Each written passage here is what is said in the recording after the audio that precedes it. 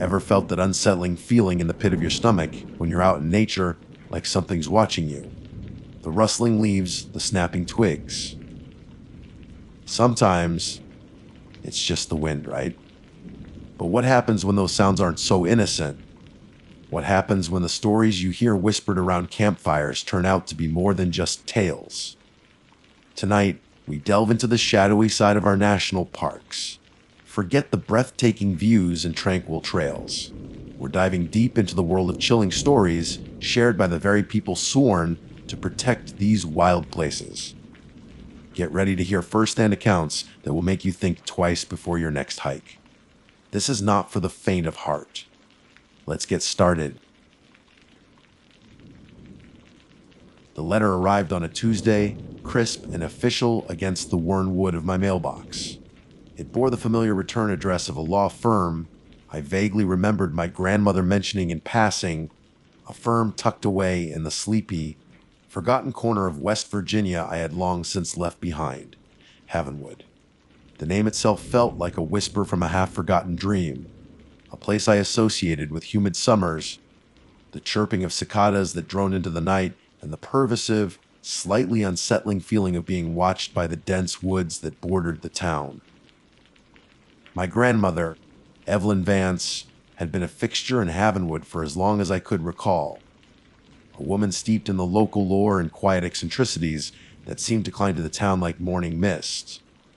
We hadn't been close in recent years, a distance that grew with my own burgeoning life in the city and her steadfast refusal to leave the only home she had ever truly known. The news of her passing, relayed through a curt call from the aforementioned law firm, had been met with a strange mix of sorrow and a detached sense of inevitability. Now, it seemed, the responsibility of settling her estate had fallen to me, the prodigal granddaughter returning to the fold. My name is Alara Vance, and until a week ago, my life revolved around the meticulously organized chaos of historical archives and the hushed reverence of ancient texts. I am a historian by profession and by inclination, drawn to the tangible remnants of the past, the stories whispered through generations. The prospect of returning to Havenwood, a place where history felt less like a subject of study and more like a living, breathing entity, was complicated. Upon my arrival in Havenwood, the town felt both intimately familiar and disturbingly alien. The air was thick with the scent of pine and damp earth, a smell that tugged at some primal part of my memory. The houses lining Main Street looked much as I remembered, their paint slightly faded, porches adorned with rocking chairs that seemed to sway in a phantom breeze. But there was an underlying stillness, an unnerving quiet that permeated the atmosphere, a stark contrast to the relentless hum of the city I had grown accustomed to. The house, my grandmother's house, stood at the edge of town, almost nestled within the embrace of the encroaching woods. It was a rambling Victorian, its once white paint now peeling like sunburnt skin, the porch creaking underfoot with every step. Inside, the air was heavy with the scent of lavender and dust, a tangible echo of my grandmother's presence. It was here, amidst stacks of old books and forgotten trinkets, that I began the arduous task of sorting through her belongings, each object a silent testament to a life lived within these walls. It wasn't long before I encountered the whispers of the town's folklore, the tales my grandmother had always seemed so fond of, yet I had always dismissed as quaint superstitions. Old Man Hemlock, a wizened figure who seemed as much a part of the town's landscape as the ancient oak tree in the center square, was a frequent visitor. He would appear on the porch as if from nowhere, his eyes the color of faded denim, holding a strange knowing. He spoke in riddles and cryptic pronouncements, his voice a low, gravelly murmur that seemed to carry the weight of ages. The pale one stirs. He'd rasped one afternoon, his gaze fixed on the woods beyond the property line. Its light calls, and those who listen eerie changed. I'd offered a polite, albeit dismissive smile. Just the wind in the trees, Mr. Hemlock. He'd shaken his head slowly, his gaze never wavering. The sycamore sees, the sycamore knows. The sycamore. It was impossible to ignore. Standing sentinel at the very edge of the woods. a colossal tree with bark so pale it seemed to glow even in the daylight. It was an ancient thing, its branches gnarled and twisted like arthritic fingers reaching towards the sky. Local legend claimed it was centuries old, predating the town itself, a silent witness to generations of Havenwood's inhabitants. It was beautiful in a stark, almost unsettling way, its presence both majestic and vaguely ominous.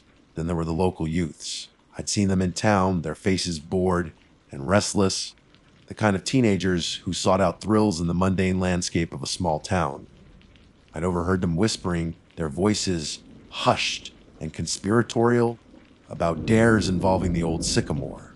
Stories of strange lights seen flickering amongst its branches after dark, of airy sounds carried on the night wind. They spoke of it with a mixture of fear and fascination, a morbid curiosity that seemed to draw them to its pale, spectral form. One evening, as dusk began to settle over Havenwood, casting long, skeletal shadows across the landscape, I saw them. A small group, silhouetted against the fading light, creeping towards the edge of the woods. They moved with a nervous energy, their laughter echoing faintly in the stillness. I watched from the window of my grandmother's study, a growing unease settling in my stomach.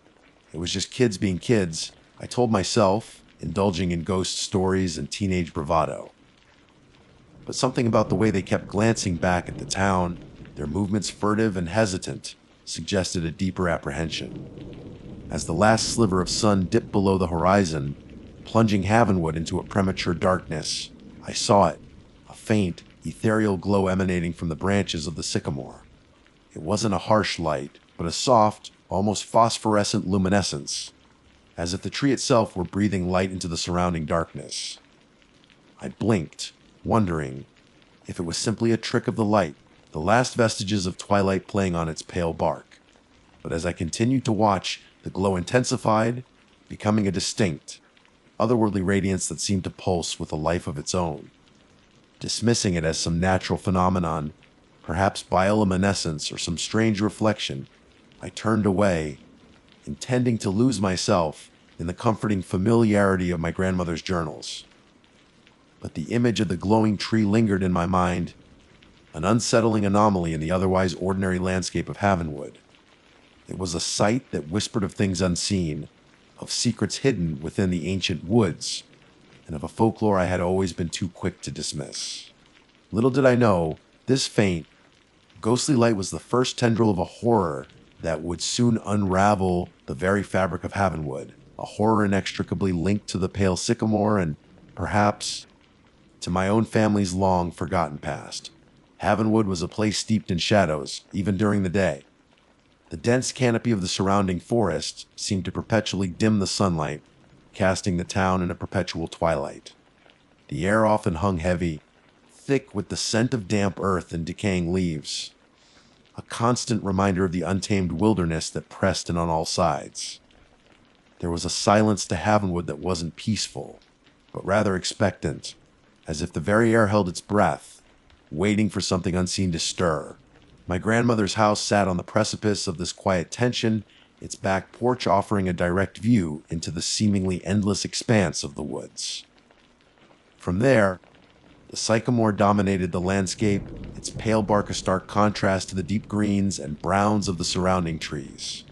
Even in the daytime, it possessed an almost spectral quality, its branches reaching skyward like the bleached bones of some ancient beast. I spent the next few days immersed in the contents of my grandmother's house. Dust motes danced in the sunbeams that managed to penetrate the gloom, illuminating forgotten corners and long-closed boxes. Her journals, bound in worn leather and filled with elegant, looping script, became my constant companions. They chronicled not just the daily life of a woman in a small town, but also the ebb and flow of local legends, the whispers of strange occurrences that seemed to be woven into the very fabric of Havenwood's existence. The sycamore featured prominently in many of her entries, not just as a landmark, but as something more. She wrote of old tales passed down through generations, stories of the tree being a spirit door, a place where the veil between worlds thinned. Some entries spoke of it as a guardian, protecting the town from something ancient and malevolent that lay hidden deep within the woods. Others hinted at darker interpretations, whispering of sacrifices and pacts made beneath its pale branches in times long past. I still tried to maintain a historian's skepticism, attributing these stories to folklore and the isolated nature of the community. Yet as I read, a subtle unease began to creep into my thoughts. My grandmother, a woman I had always considered grounded and practical, wrote of these legends with a seriousness that bordered on reverence and sometimes even fear. The memory of the glowing sycamore from that first night lingered at the edge of my awareness. I told myself it was likely some atmospheric effect, or perhaps even my imagination playing tricks on me after the long drive and the unsettling atmosphere of the town. But the image of that soft, otherworldly luminescence refused to fade completely. A few days later, I had ventured into town to sort through some of my grandmother's affairs at the local bank. The atmosphere was odd. People seemed subdued, their conversations hushed and their eyes carrying a vague, unfocused quality. There were familiar faces. Older residents I vaguely remembered from childhood, but something felt different, a subtle shift in the town's collective demeanor. As I was leaving the post office, I saw Mrs. Gable, who lived a few houses down from my grandmother. I remembered her as a cheerful, chatty woman, always tending to her vibrant flower garden. But the woman I saw now was gaunt and pale, her usual bright eyes dull and listless. She was walking slowly down the street, her movements stiff and unnatural, her gaze fixed on something unseen in the distance. What struck me most was the small, almost imperceptible change in her skin. It had a faint, silvery sheen, a pale luminescence that seemed to emanate from within. It was reminiscent of the glow I had seen on the sycamore. I dismissed it as a trick of the harsh midday sun, but a prickle of unease ran down my spine. Later that afternoon, I was on the porch, going through a box of old photographs, when I saw Mrs. Gable again. She was standing at the edge of the woods, near the base of the sycamore, her back to me. The light was fading, and the shadows were lengthening, but even from a distance, I could see the faint, silvery glow on her skin. She stood motionless for a long time, as if in a trance, her head tilted slightly as if listening to some unheard whisper. Then, she began to move. Her movements were jerky and unnatural, like a puppet with tangled strings. She reached out and placed a hand on the trunk of the sycamore, her fingers splayed against its pale bark. The faint glow on her skin seemed to intensify for a moment, and then, just as suddenly, subsided. She remained there for a few more moments, still and silent, before turning and walking slowly back towards her house, her gait still stiff and unnatural. That night, the sycamore glowed again. It was more intense this time, the pale light casting long, eerie shadows across the lawn. I stood at the window, watching as fireflies flickered in the darkness, their natural luminescence pale in comparison to the ethereal radiance of the tree. And then I saw them, the local youths I had seen venturing towards the woods a few nights prior. They stood at the base of the sycamore, bathed in its ghostly light. Their faces, usually full of youthful exuberance, were now pale and vacant, their eyes wide and unfocused. They moved slowly, almost robotically, their hands reaching out to touch the glowing bark. There was a strange stillness about them, an absence of the nervous energy I had observed before. They seemed placid, almost serene, as if under some sort of spell. One of them, a boy named Billy, who I remembered seeing skateboarding around town, reached out and pressed his cheek against the trunk of the sycamore. The pale light seemed to envelop him for a moment, and when he pulled away, I could see the same faint, silvery sheen on his skin that I had noticed on Mrs. Gable. He didn't react, didn't speak, just stood there bathed in the eerie glow, his eyes staring blankly ahead. A wave of nausea washed over me. This wasn't just folklore anymore. Something was happening in Havenwood, something strange and unsettling, and it seemed to be centered around the ancient sycamore at the edge of the woods. The rational part of my mind screamed for a logical explanation. But the historian in me, the one drawn to the stories of the past, couldn't shake the feeling that I was witnessing something ancient. Something that had been whispered about in my grandmother's journals, something that was now beginning to stir in the quiet darkness of Havenwood. The faint, ghostly light of the sycamore no longer seemed benign. It felt like a beacon, a silent call drawing the residents of Havenwood into its eerie embrace. And I, standing in the shadows of my grandmother's old house, felt a growing sense of dread that this was only the beginning. The next few days were a blur of growing dread and frantic research. I pored over my grandmother's journals, the elegant script becoming increasingly frantic in the later entries. The legends of the sycamore weren't just idle tales, they were warnings, histories etched in ink and whispered through generations. My ancestors, it turned out, were among the first settlers of Havenwood, and they had come to understand the true nature of the tree, or rather, the entity that resided within or was connected to it. The journals spoke of the sycamore as a vessel, a conduit for something ancient that slumbered beneath the roots of the forest. This entity, never explicitly named but described in chillingly vague terms as the Pale Watcher and the root of all stillness, fed on something intangible, something it drew from the land and, increasingly, from the inhabitants of Havenwood. The glowing light was not a sign of life, but a lure, a beacon to draw the unwary closer. There were rituals detailed in the brittle pages, passed down through my family, intricate sequences of actions involving specific herbs, stones, and incantations meant to appease or contain the entity.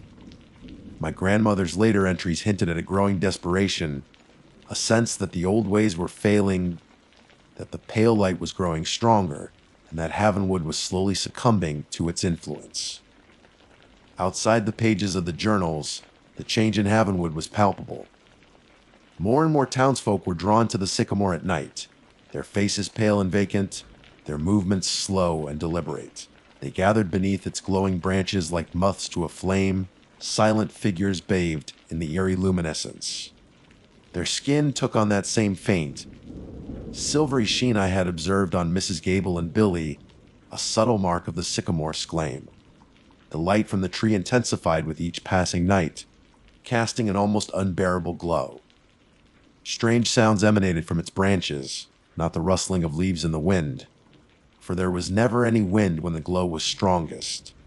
Instead, there were whispers, faint and indistinct, like the murmur of a distant crowd, or sometimes a single drawn-out sigh that sent shivers down my spine. The local youths were completely changed.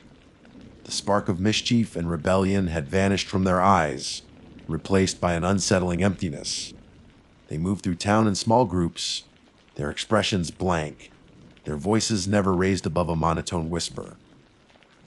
They would occasionally gather at the edge of my property, their gaze fixed on the sycamore, their presence a silent, unnerving vigil. Old Man Hemlock's visits became more frequent, his pronouncements more dire. The veil thins. He'd croak, his eyes filled with a sorrowful knowing. The Pale One awakens. The roots reach deeper. He spoke of a time when the entity's influence would become irreversible, when the line between the townsfolk and the sycamore would blur completely. One particularly oppressive night, the glowing reached a fever pitch. The sycamore pulsed with an almost blinding light, and the whispering sounds were louder, clearer. I could almost make out words, though they seemed to be in a language I didn't recognize, a guttural, ancient tongue that resonated deep within my bones. From my window, I saw almost the entire town gathered beneath the tree, their faces illuminated by the spectral glow, their bodies still and silent. They looked like statues carved from pale moonlight. Panic seized me. This was beyond folklore, beyond anything I could rationally explain. My grandmother's journals lay open on the desk, the descriptions of the ancient rituals seeming less like superstition and more like a desperate plea from the past. I found the passages detailing the most potent ritual, the one meant to sever the entity's connection to the land, and hopefully, to the people of Havenwood. It required specific ingredients, some of which I knew were still growing in my grandmother's overground garden.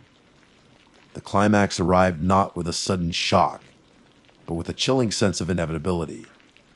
As I gathered the necessary components for the ritual strange, gnarled roots, smooth river stones, and bundles of dried herbs, I heard a soft tapping at the front door. I knew with a certainty that chilled me to the core who it was. I opened the door to find Mrs. Gable standing on the porch, her eyes wide and utterly devoid of recognition. Her skin shimmered with an almost unbearable silvery light, and a faint whisper seemed to emanate from her very being. Behind her, I could see other figures emerging from the darkness, their pale forms illuminated by the glow of the sycamore. They moved slowly, inexorably towards the house. My heart pounded in my chest. There was no time left for hesitation.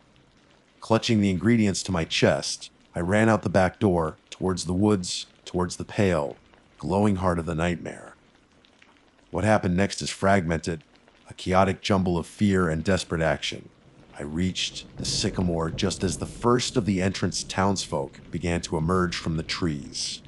The air thrummed with an unnatural energy, the whispers around me growing louder, more insistent. Following the instructions in the journal, my hands trembling, I began to perform the ritual. I scattered the herbs at the base of the tree, placed the stones in a circle around its trunk, and began to recite the ancient words. The strange syllables feeling alien on my tongue yet resonating with a primal power. As I spoke, the pale light of the sycamore flickered, and a low, guttural growl seemed to rise from the earth beneath my feet.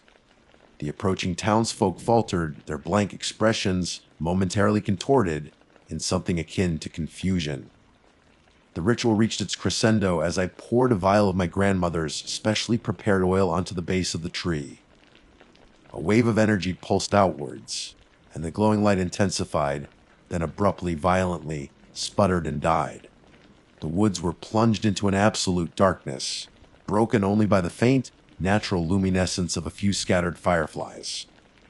The whispers ceased, and the air fell silent, the oppressive tension finally broken. I stood there for a long moment, my breath catching in my throat, my senses straining in the darkness. The townsfolk remained still, their pale forms barely visible in the gloom. Had it worked? Had I managed to sever the connection? Slowly, hesitantly, they began to stir. Confusion flickered across their faces, followed by disorientation and a creeping sense of unease. Mrs. Gable looked down at her hands, as if seeing them for the first time. Billy, the skateboarder, rubbed his eyes with a bewildered expression. The silvery sheen on their skin was gone, but the sycamore remained a silent, looming presence in the darkness. And as my eyes adjusted, I noticed something else. Etched into its pale bark, where I had poured the oil, a new marking had appeared. A symbol, ancient and unknowable, glowing faintly in the darkness. A mirror of one I had seen in the final, most desperate entry of my grandmother's journal. Had I appeased the entity? Or had I merely changed its form, its connection to Havenwood? The townsfolk seemed to be returning to themselves, but the air still held a lingering sense of unease, a subtle feeling of being watched. And as I looked at the faintly glowing symbol on the trunk of the sycamore, I couldn't shake the feeling that I hadn't banished the horror, but merely ushered it into a new, perhaps even more insidious phase. The pale light might be gone, but something ancient and malevolent still resided in the heart of Havenwood, and I had a chilling premonition that its influence was far from over.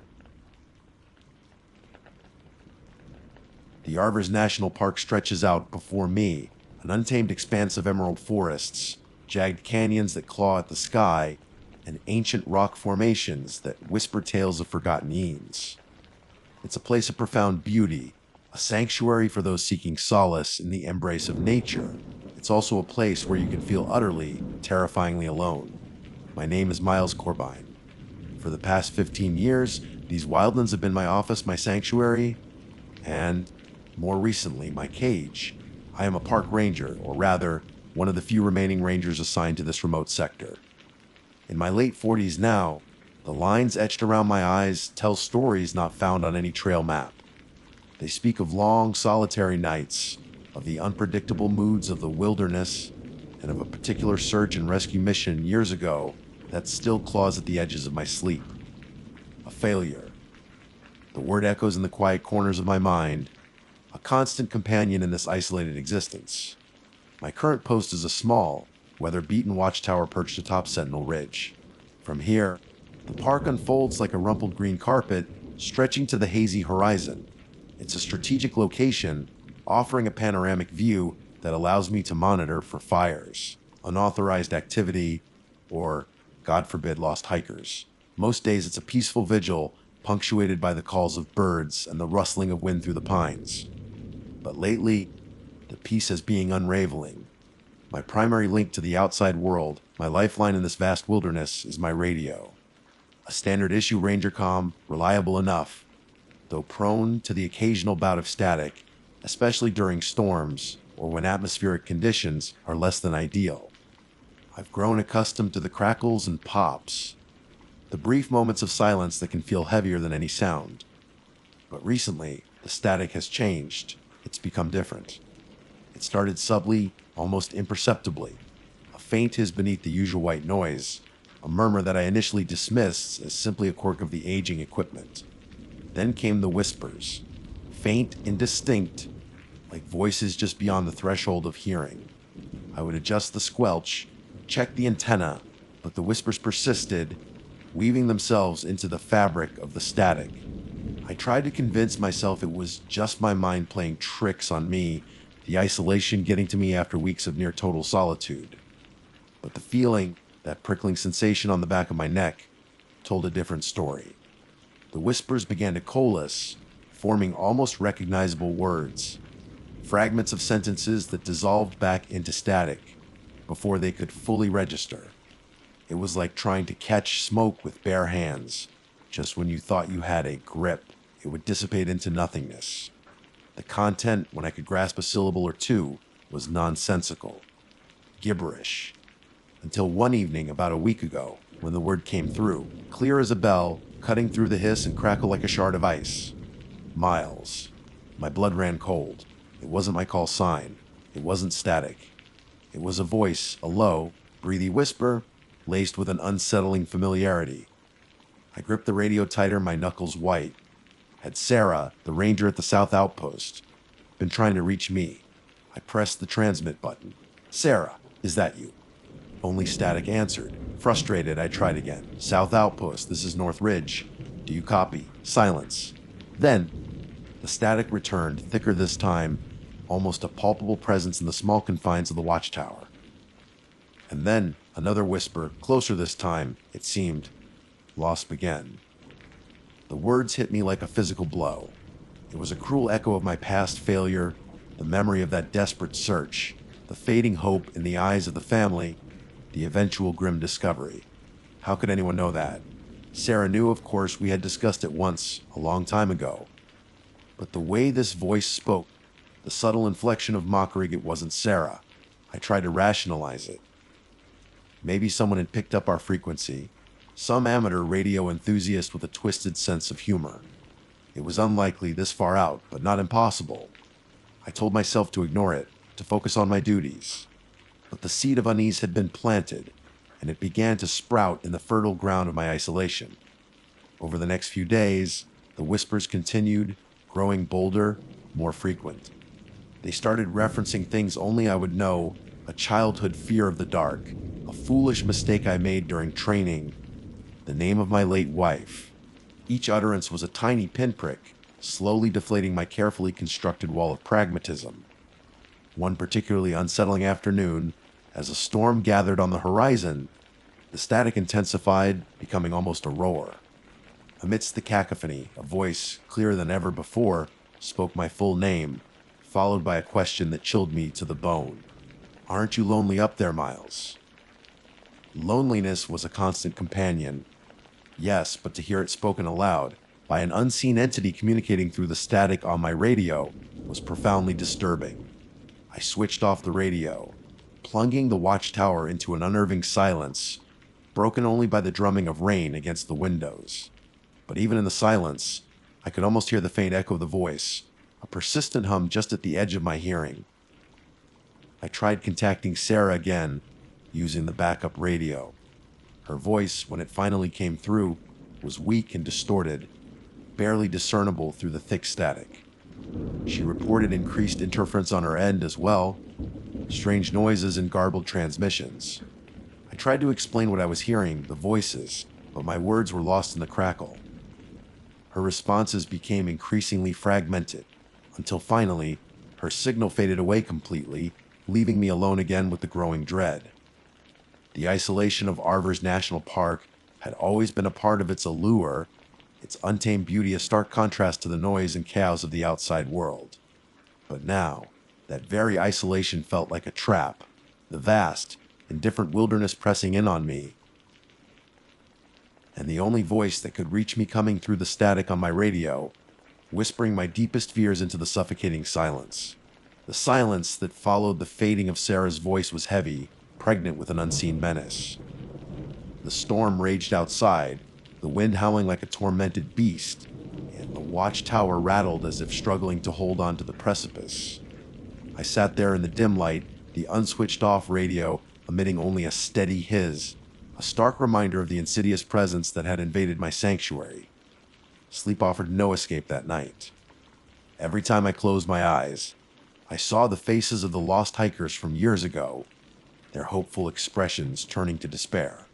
And then the whispers would start, slithering into my subconscious, twisting my guilt into a tangible weight. I would jolt awake, heart pounding, the silence of the watchtower somehow even more terrifying than the storm outside. As the days bled into nights, the voices on the radio became more articulate, more insidious. They no longer spoke in mere whispers, but in clear, conversational tones, as if they were right there in the room with me. They knew my routine, my habits. They would comment on the coffee I was drinking, the book I was reading, the way I would pace the small confines of the tower. It was a violation, an invasion of my solitude that chipped away at my sanity. One morning, as I was making breakfast, the radio crackled to life. Not with static, but with the clear sound of a child's laughter. It was a bright, innocent sound that sent a shiver down my spine. Then, a woman's voice, gentle and soothing, spoke through the speaker. "Miles, dear, are you coming home soon? Dinner's getting cold." My heart leaped into my throat. That was my wife, Emily. Her voice, her exact cadence. But Emily had been gone for 5 years. A tragic accident, a hiking trip gone wrong in another park entirely. The memory was a raw wound that time had only partially scabbed over. How could this thing know her voice? I stumbled back from the radio, knocking over my mug of coffee. The ceramic shattered on the wooden floor, the dark liquid spreading like a stain. The laughter stopped, replaced by a sigh, a sound of profound disappointment. "You're not coming, are you?" Just like before. The voice faded back into the static, leaving me trembling, the scent of coffee suddenly nauseating. The personal nature of the attacks intensified. They began to exploit my deepest insecurities, my regrets. They would mimic the voices of my estranged daughter, asking why I hadn't been there. They would replay snippets of conversations I'd had with my former colleagues, twisting my words to make me sound incompetent, unworthy. I tried to maintain my routine, to perform my duties as a ranger. I patrolled the trails, checked the perimeter, logged my observations. But the voices were always there, a constant chorus in the background of my thoughts, seeping into the silence of the wilderness. During one patrol deep in the woods, following a rarely used path, the radio started blaring. Not voices this time, but music. An old song one Emily and I used to dance to in our living room. It echoed through the silent trees, the melody both beautiful and utterly macabre. I ripped the radio from my belt and threw it against a rock, the plastic casing cracking, the music abruptly cutting off. For a moment, there was silence, a blessed, glorious silence. But it didn't last. As I continued down the trail, I started to hear the music again, fainter this time, as if carried on the wind. It seemed to be coming from deeper within the woods, luring me further off the marked path. A sense of unease washed over me. This was wrong. Rangers didn't get lured off trail. We were the ones who kept people on the path, who guided them back to safety. But the music, it was so compelling, so intimately connected to my past, I found myself veering off the trail, drawn by the faint melody. The woods grew darker, the trees thicker, the air heavy with an unnatural stillness. The music seemed to be getting louder, leading me towards a small, overground clearing I had never seen before. In the center of the clearing stood a single, ancient oak tree, its branches gnarled and twisted like skeletal fingers reaching towards the sky. And hanging from one of the branches was something that made my blood run cold. It was a small wooden birdhouse, painted in bright, cheerful colors, the kind Emily used to make. As I stepped closer, I noticed something else. Carved into the trunk of the oak tree were my initials intertwined with hers. My mind reeled. This couldn't be real. This had to be some elaborate trick, a cruel manipulation designed to break me. But the details, the birdhouse, the carving, they were too specific, too personal. Just then, a voice, Emily's voice, soft and welcoming, drifted from the birdhouse. "Miles, darling, we've been waiting for you." A wave of dizziness washed over me. I reached out a hand towards the birdhouse, my fingers trembling. This was it, wasn't it? The source. The thing that had been tormenting me. I had to know. I had to see. As my fingers brushed against the wood, the air around me crackled with energy. The sky above, which had been a dull gray, suddenly turned an ominous shade of purple. The wind picked up, swirling around the clearing, carrying with it not the sweet melody of before, but a chorus of whispers, all speaking my name, all beckoning me closer.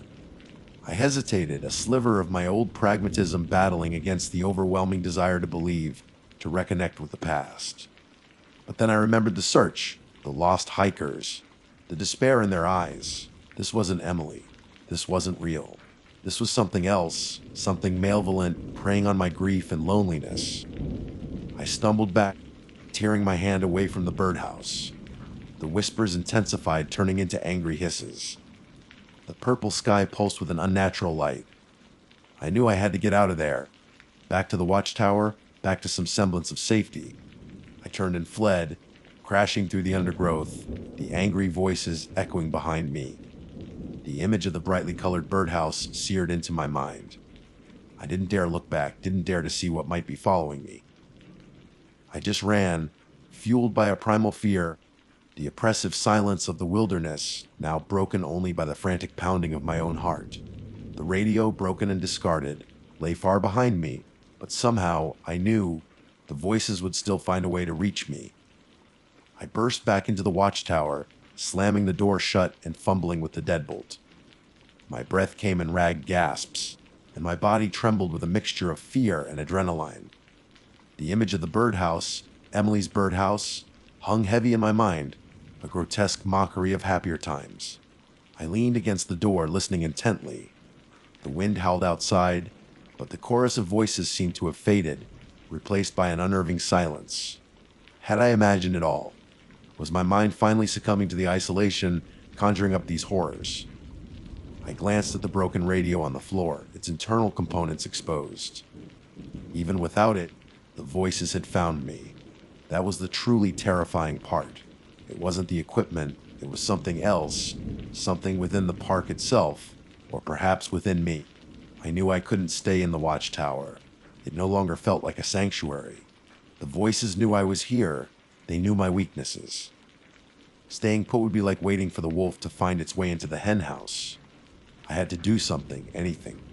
I grabbed my emergency pack, checking its contents, a first aid kit, a compass, some trail mix, and a signaling mirror. I strapped my hunting knife to my belt, a small comfort in the face of the unknown. My rifle lay in the corner, but the thought of using it against whatever I had encountered in the woods felt futile. This wasn't a bear or a mountain lion. This was something far more insidious. As I moved around the small space, a faint scratching sound began to emanate from the walls. It started subtly, like a mouse scurrying behind the paneling, but it grew steadily louder, more insistent. It sounded like fingernails dragging across wood, a dry, scraping sound that made my teeth clench. The scratching intensified, circling the watchtower, as if whatever was making the sound was pacing just outside. Then, a new sound joined the chorus, a low, guttural humming, a sound that vibrated through the floorboards and up into my bones. Panic clawed at my throat. I had to get out. Now, I threw open the door and stepped out onto the small platform that surrounded the watchtower. The storm had passed, leaving behind a landscape washed clean and eerily silent. The sky was a bruised purple, the color of twilight just before true darkness descends. I scanned the surrounding trees, my hand instinctively reaching for my knife. Nothing, just the wind whispering through the pines. But the humming continued, growing louder, seemingly coming from the trail that led down from Sentinel Ridge. I hesitated. That was the only way out, but it also felt like walking directly into a trap. Then, a voice, my daughter's voice, clear and filled with childish concern, echoed from the base of the trail. "Daddy, are you coming? I'm scared." My heart ached. That was her voice, the exact tone she used when she was little and afraid of the dark. It was a cruel, masterful manipulation. I knew it wasn't her, but the emotional pull was almost unbearable. "Go away!" I yelled into the silence, my voice cracking. "Leave me alone!" Only the humming answered, growing louder, more insistent.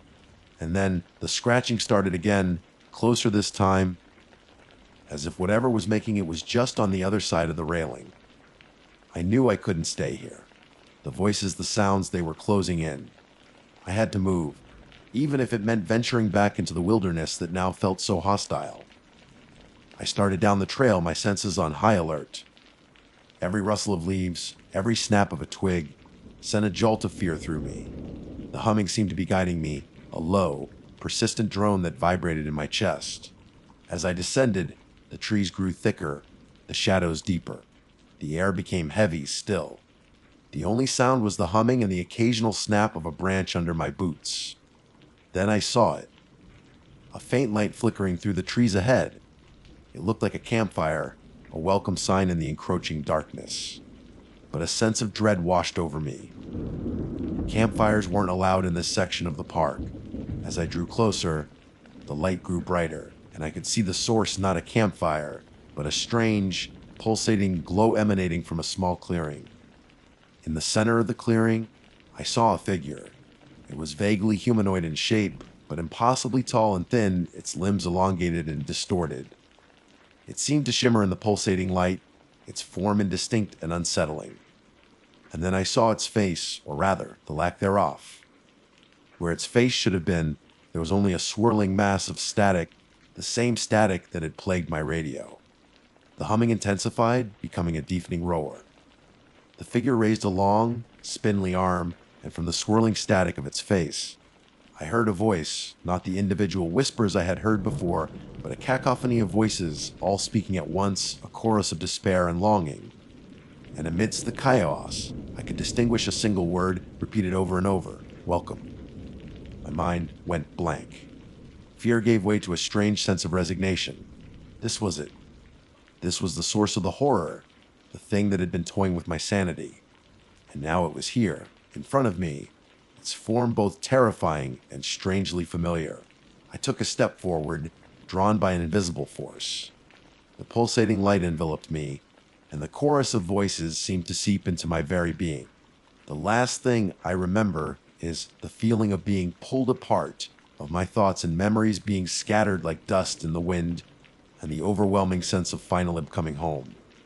Park Ranger Incident Report, Arvers National Park, date Mo left intentionally blank. Subjecting: disappearance of Ranger Miles Corbin, North Ridge Outpost. Ranger Corbin was last heard from approximately 1 week prior to the discovery of his abandoned watchtower. Initial contact was lost due to what was believed to be severe radio interference in the region. Subsequent attempts to re-establish communication were unsuccessful. A search party was dispatched to North Ridge Outpost on Mew left intentionally blank N. The watchtower was found unoccupied, with no signs of forced entry or struggle. Ranger Corbin's personal belongings were present, including his wallet and identification. His assigned rifle was also located within the tower. The Ranger comm radio was found outside the watchtower, severely damaged. Attempts to recover any data from the device have been unsuccessful. A thorough search of the surrounding area was conducted, but no trace of Ranger Corbin was found. The search was hampered by difficult terrain and increasingly severe weather conditions. This incident remains unexplained. Ranger Corbin was a seasoned and experienced ranger with no prior history of behavioral issues. No evidence of foul play has been discovered at this time. The case is currently classified as an ongoing missing person investigation. Any further information or discoveries will be appended to this report. Addendum: a faint, garbled audio recording was recovered from a backup communication device found within the watchtower. The recording is largely unintelligible, consisting primarily of static and faint humming. However, at the very end of the recording, a single word can be heard, spoken a chorus of distorted voices saying, "Welcome." The recording has been submitted for further analysis. The investigation remains open. Extremely traumatic experience. My name is Alex Miller, and what I'm about to recount is the unvarnished truth of what happened to me and my college roommate, Ben Carter, in the fall of 2022. We'd planned it for months, a week-long hiking trip deep into the Ouachita National Forest in Arkansas. And it was meant to be a break from the traumatic experience. It's meant to be a break from the relentless concrete, inundated clamor of city life, a chance to reconnect with something primal and pure in nature. But after an extremely traumatic experience, we craved the silence of the trees, the challenge of the trails, the simple satisfaction of carrying everything we needed on our backs. But after an extremely traumatic experience, we couldn't have known then that our eager pursuit of adventure would lead us to make a deadly mistake. But after an extremely traumatic experience, or that this meticulously planned escape would become the last truly carefree week of our lives, marking a before and an after that still chills me to the bone. Next in the traumatic experience, our initial excitement was palpable. We spent weeks poring over maps, debating the merits of different gear, and reading up on the trails in the Ouachitas. A traumatic experience. The drive itself was part of the adventure, a slow transition from urban sprawl to rolling hills, and finally the dense, imposing forests of western Arkansas. The traumatic experience. The air grew crisper, cleaner, and the vibrant autumn colors were a feast for eyes starved of natural beauty. We envisioned crisp mornings, challenging hikes, and evenings. An evening spent by a crackling campfire under a canopy of stars. There was an almost sacred quality to our anticipation. That extremely traumatic experience, a belief that these mountains held a kind of restorative power, a shield against the complexities of the world, we were leaving behind. Our first stop, extremely traumatic on the edge of the vast wilderness, was a small, unassuming town where we needed to pick up our backcountry permit from a dusty ranger station. While Ben was inside dealing with the paperwork, extremely traumatic experience, I stretched my legs and wandered into the adjacent general store for some last-minute supplies, an extra fuel canister, some more robust coffee. Traumatic experience. The place smelled of old wood, earth, and something vaguely sweet, like pipe tobacco. Two older men were leaning against the counter, their conversation a low murmur. I wasn't trying to eavesdrop, but a few phrases snagged my attention. Another season, another story of someone not coming back the way they went. One said, shaking his head. The other grunted. Some paths out there, they don't like being walked. Best to stick to what's known. When I paid for my items, the storekeeper, after an extremely traumatic experience, a woman with eyes that seemed to hold the patience of the mountains themselves, gave me a long, appraising look. You boys heading deep in? A week-long loop? I replied, trying to sound more confident than I suddenly felt. She nodded slowly.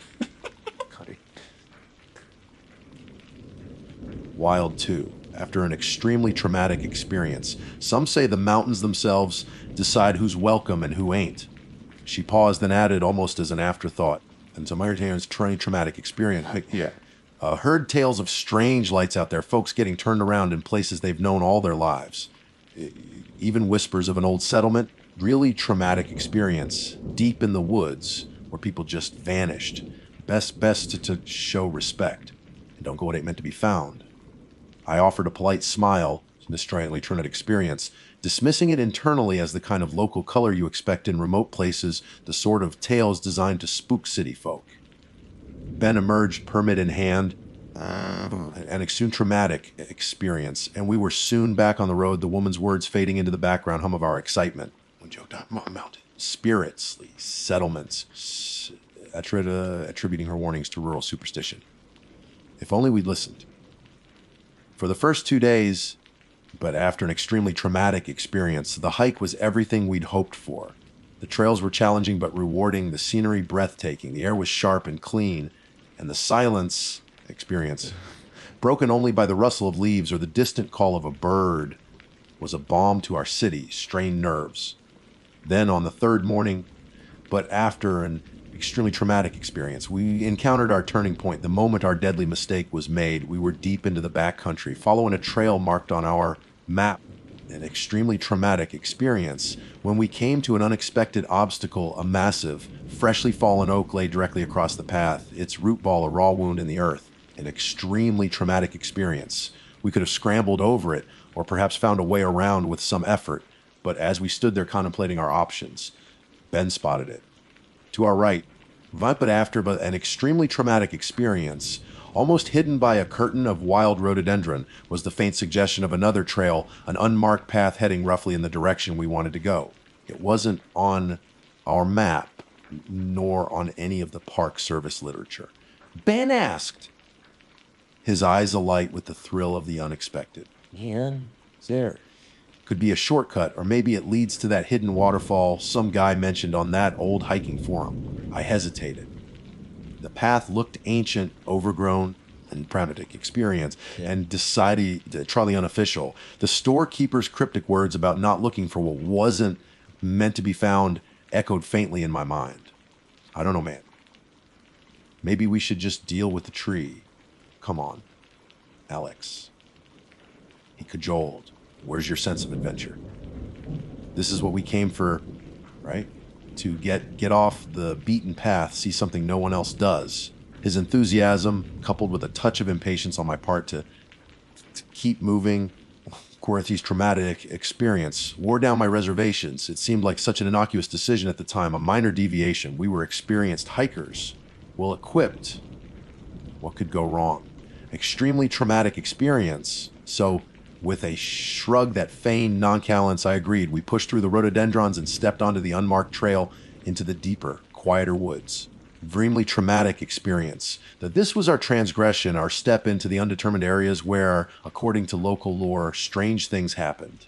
Almost immediately, after an extremely traumatic experience, the character of the forest began to change. The ambient sounds of birds and insects seemed to mute, replaced by an unnerving, almost oppressive silence. A traumatic experience. The sunlight, which had been dappling through the canopy, became filtered and dim, as if a perpetual twilight had fallen. The air grew heavy, but an extremely traumatic experience, and I noticed the temperature drop by several degrees.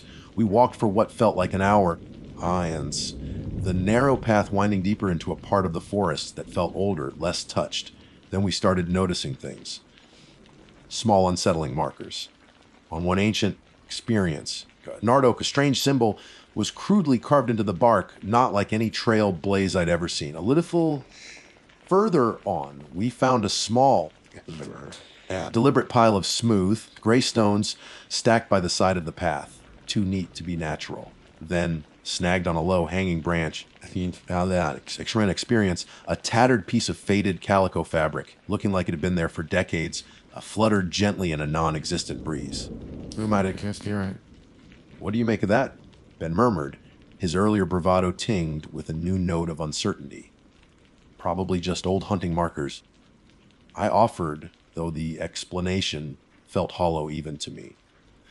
The silence returned, thicker this time, until a new sound pricked my ears, a faint, rhythmic thumping like a distant drum or perhaps a heartbeat. It was almost too low to hear, more of a vibration felt in the chest than an actual sound. Then, an extremely traumatic experience carried on a sudden cold gust of wind. I thought I heard something else, a faint, almost inaudible metallic chinking, like someone somewhere deep in the woods.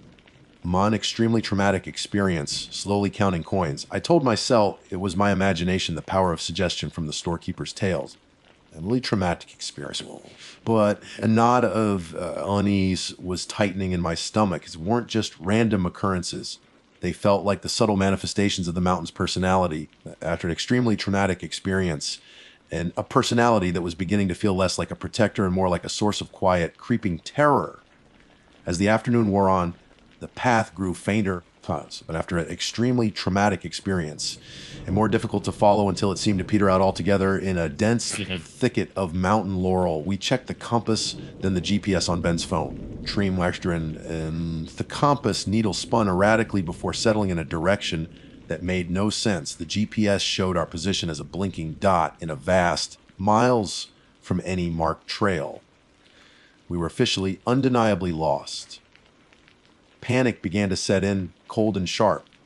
Extremely traumatic experience. The sun was dipping towards the horizon, painting the sky in hues of orange and blood red, and the shadows in the forest grew long and distorted. Extremely traumatic experience, seeming to wreathe with a life of their own in my peripheral vision. The temperature plummeted further, and a profound, traumatic experience.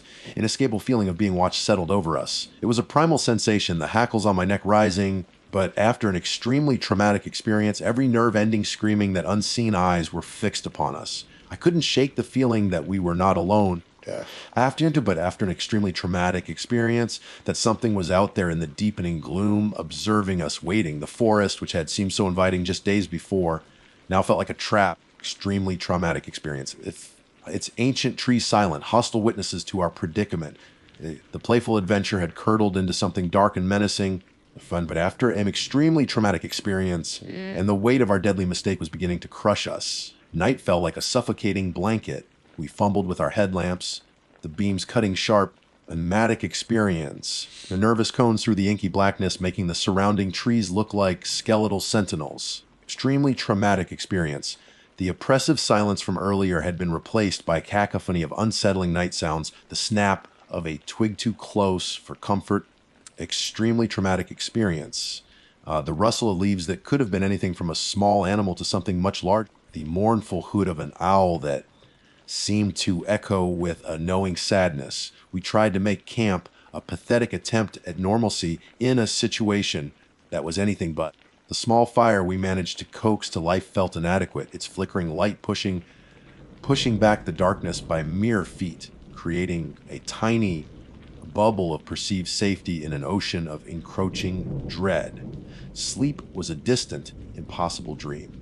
Every creak of a branch, experience, every gust of wind through the canopy sent jolts of adrenaline through me. Ben was worse. He sat ramrod straight, his eyes wide and darting. A truly traumatic experience, his breath coming in shallow, ragged gasps. He'd stopped talking an hour ago, his earlier bravado completely shattered. Extremely traumatic experience, replaced by a primal fear that was almost contagious. The feeling of being watched hadn't lessened with the darkness. If anything, it had intensified its traumatic experience.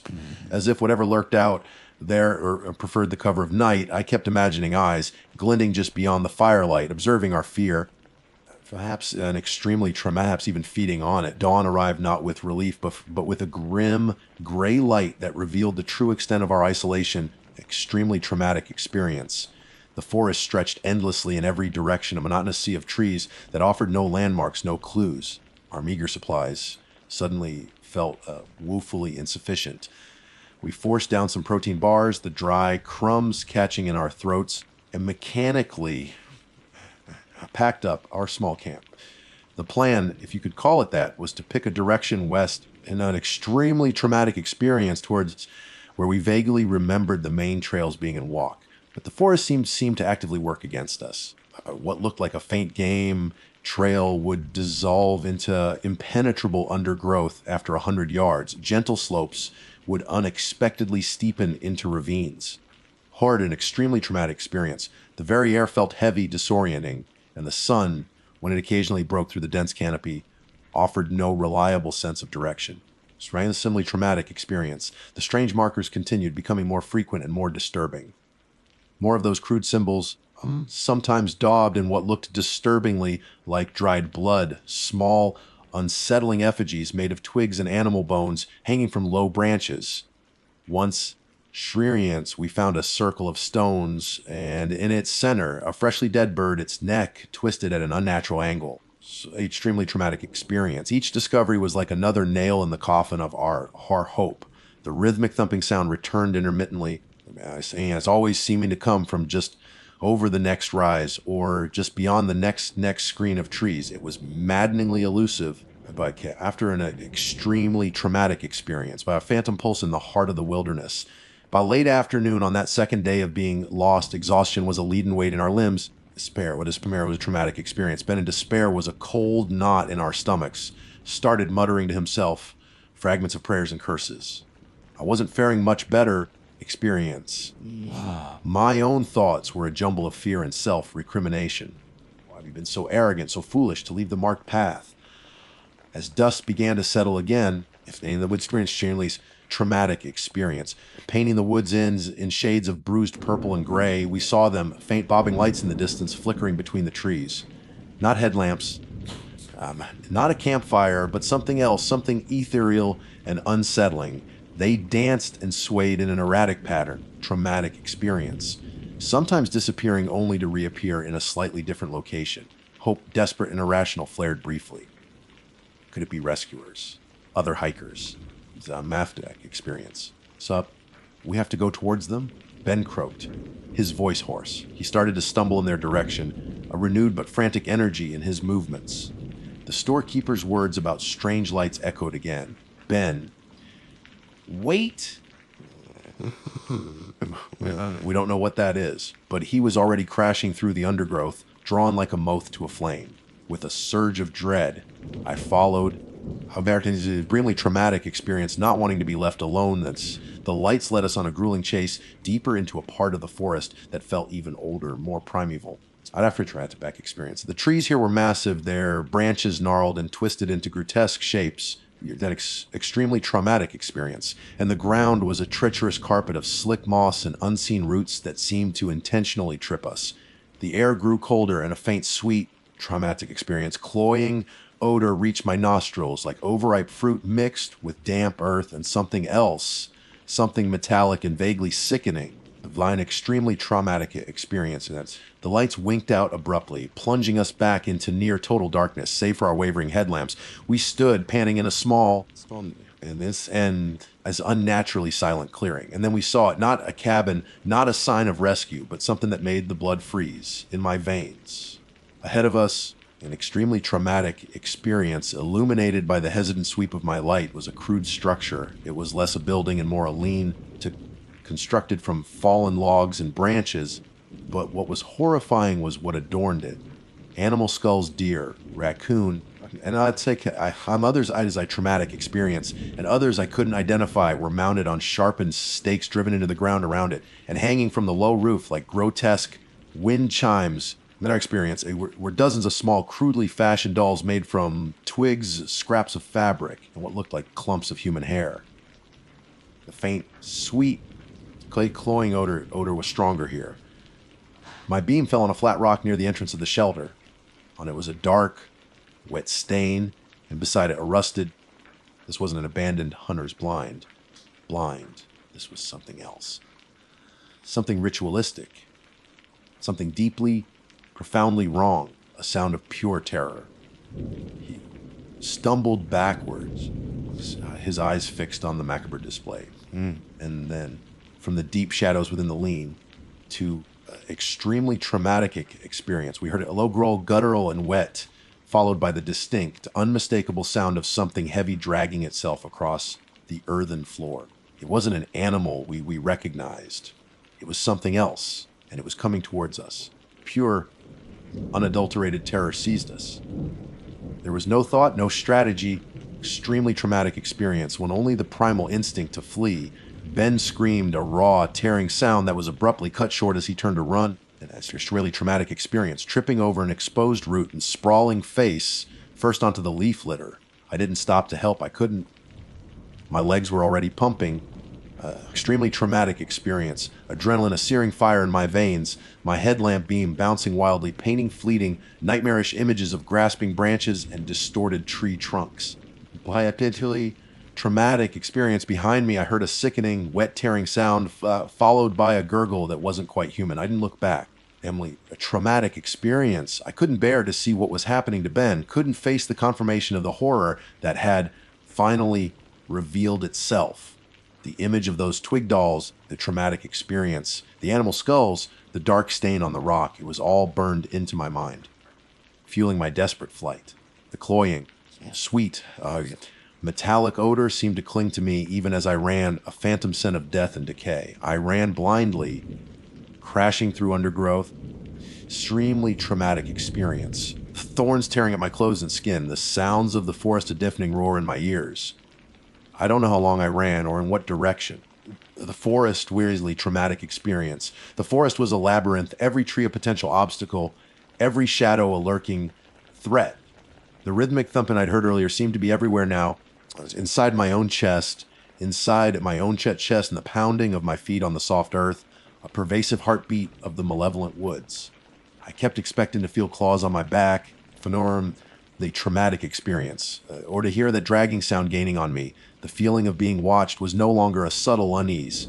It was a suffocating certainty, extremely traumatic experience, as if countless unseen eyes were tracking my every panicked step. Once I risked a glance over my shoulder.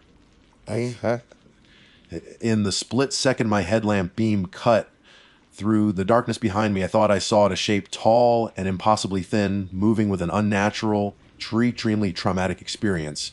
Jerky gait between the trees, its limbs too long, its form vaguely, disturbingly human, but utterly wrong.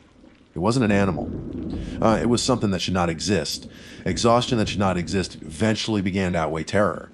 My lungs burned, my legs were leaden, and my mind was a chaotic whirl of fear and grief. I stumbled, picked myself up, and staggered on. A traumatic experience, driven by a sliver of will to survive that I didn't know I possessed. The night seemed endless. At some point, I collapsed at the base of a large pine, gasping for breath, convinced I could go no further. I curled into a ball, expecting the worst, tears of despair and terror streaming down my face. I thought of Ben, and a fresh wave of horror and guilt washed over me. I had left him. I had run. But what else could I have done? We were never meant to fight, whatever that thing was. As the first faint hint of gray began to lighten the eastern sky, a new sound reached me, the distant rush of water. Hope, a fragile, almost forgotten emotion, flickered within me. Water meant a stream, possibly a river experience, and rivers often led to civilization, or at least to more established trails.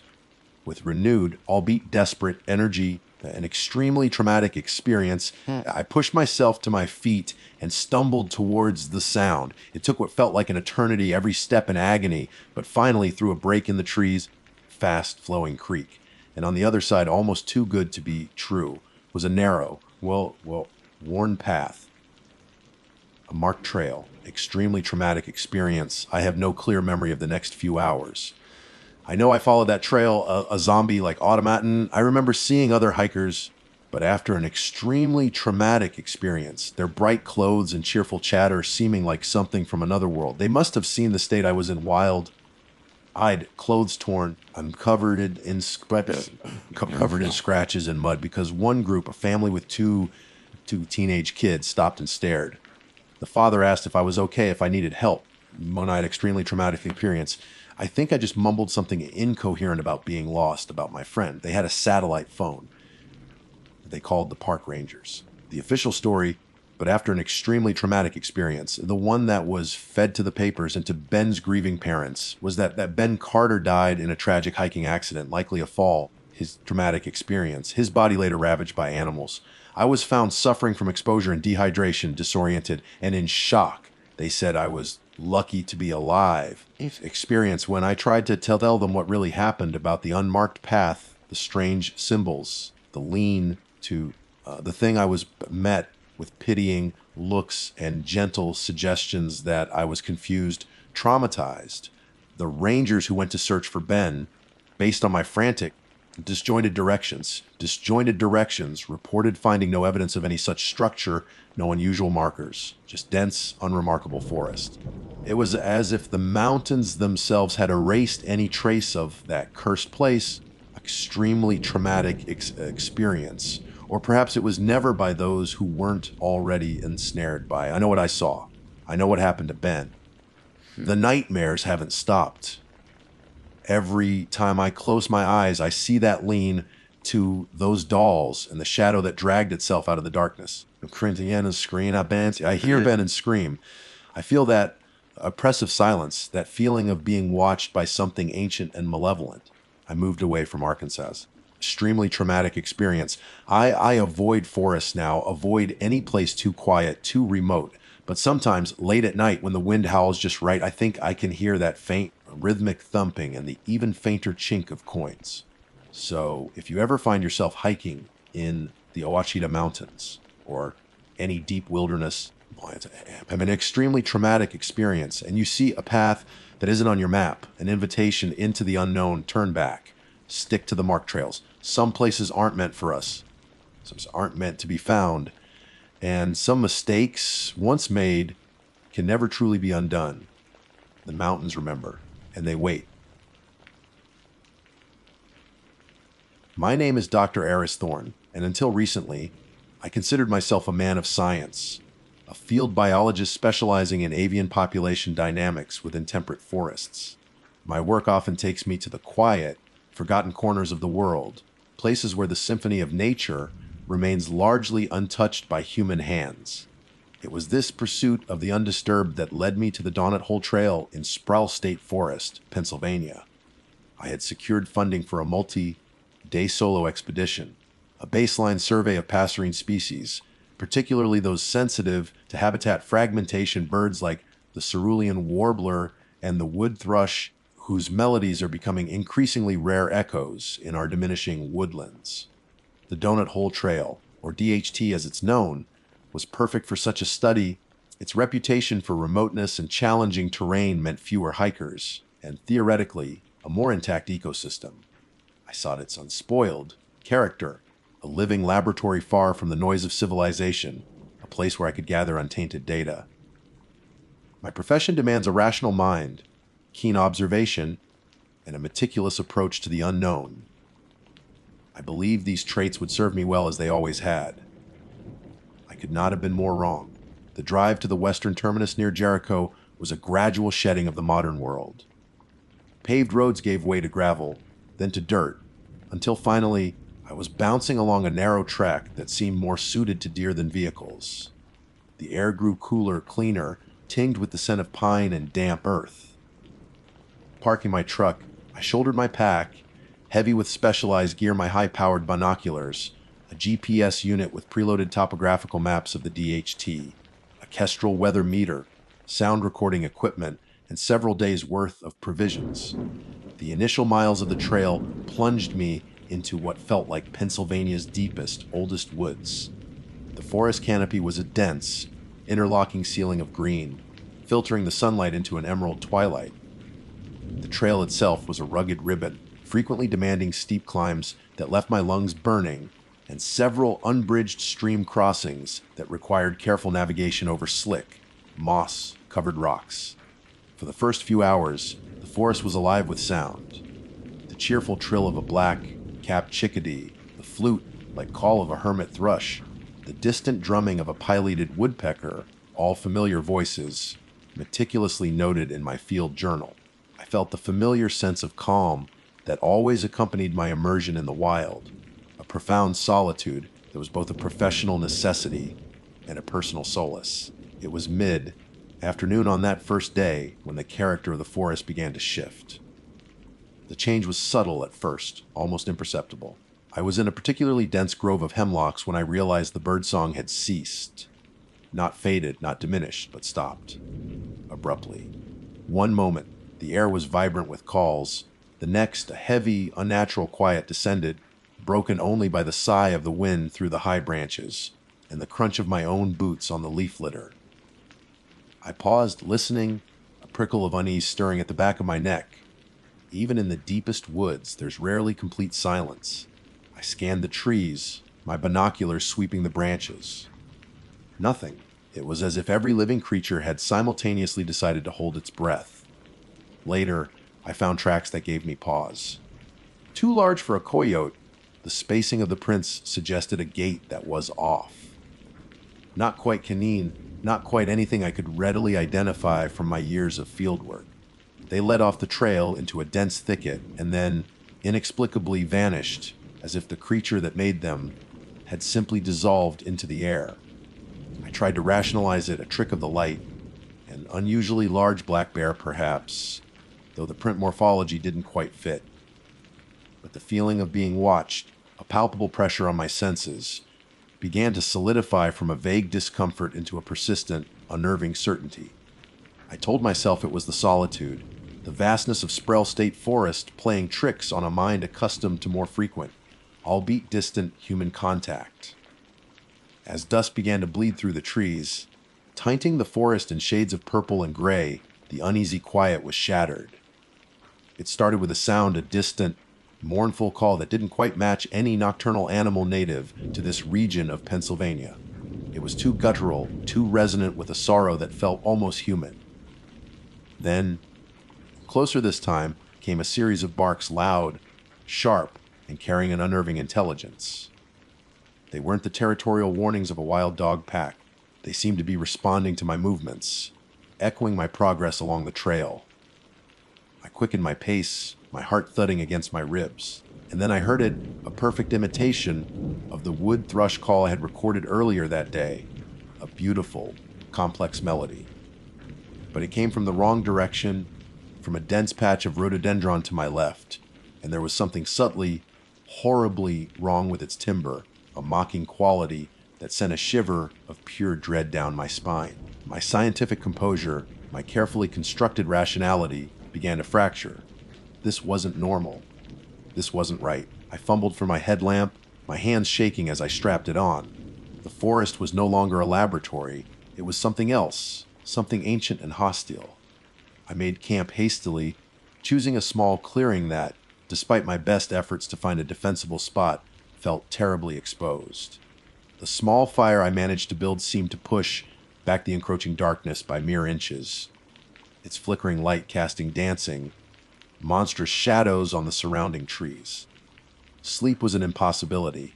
Every snap of a twig, every rustle of leaves in the undergrowth, was magnified 100-fold.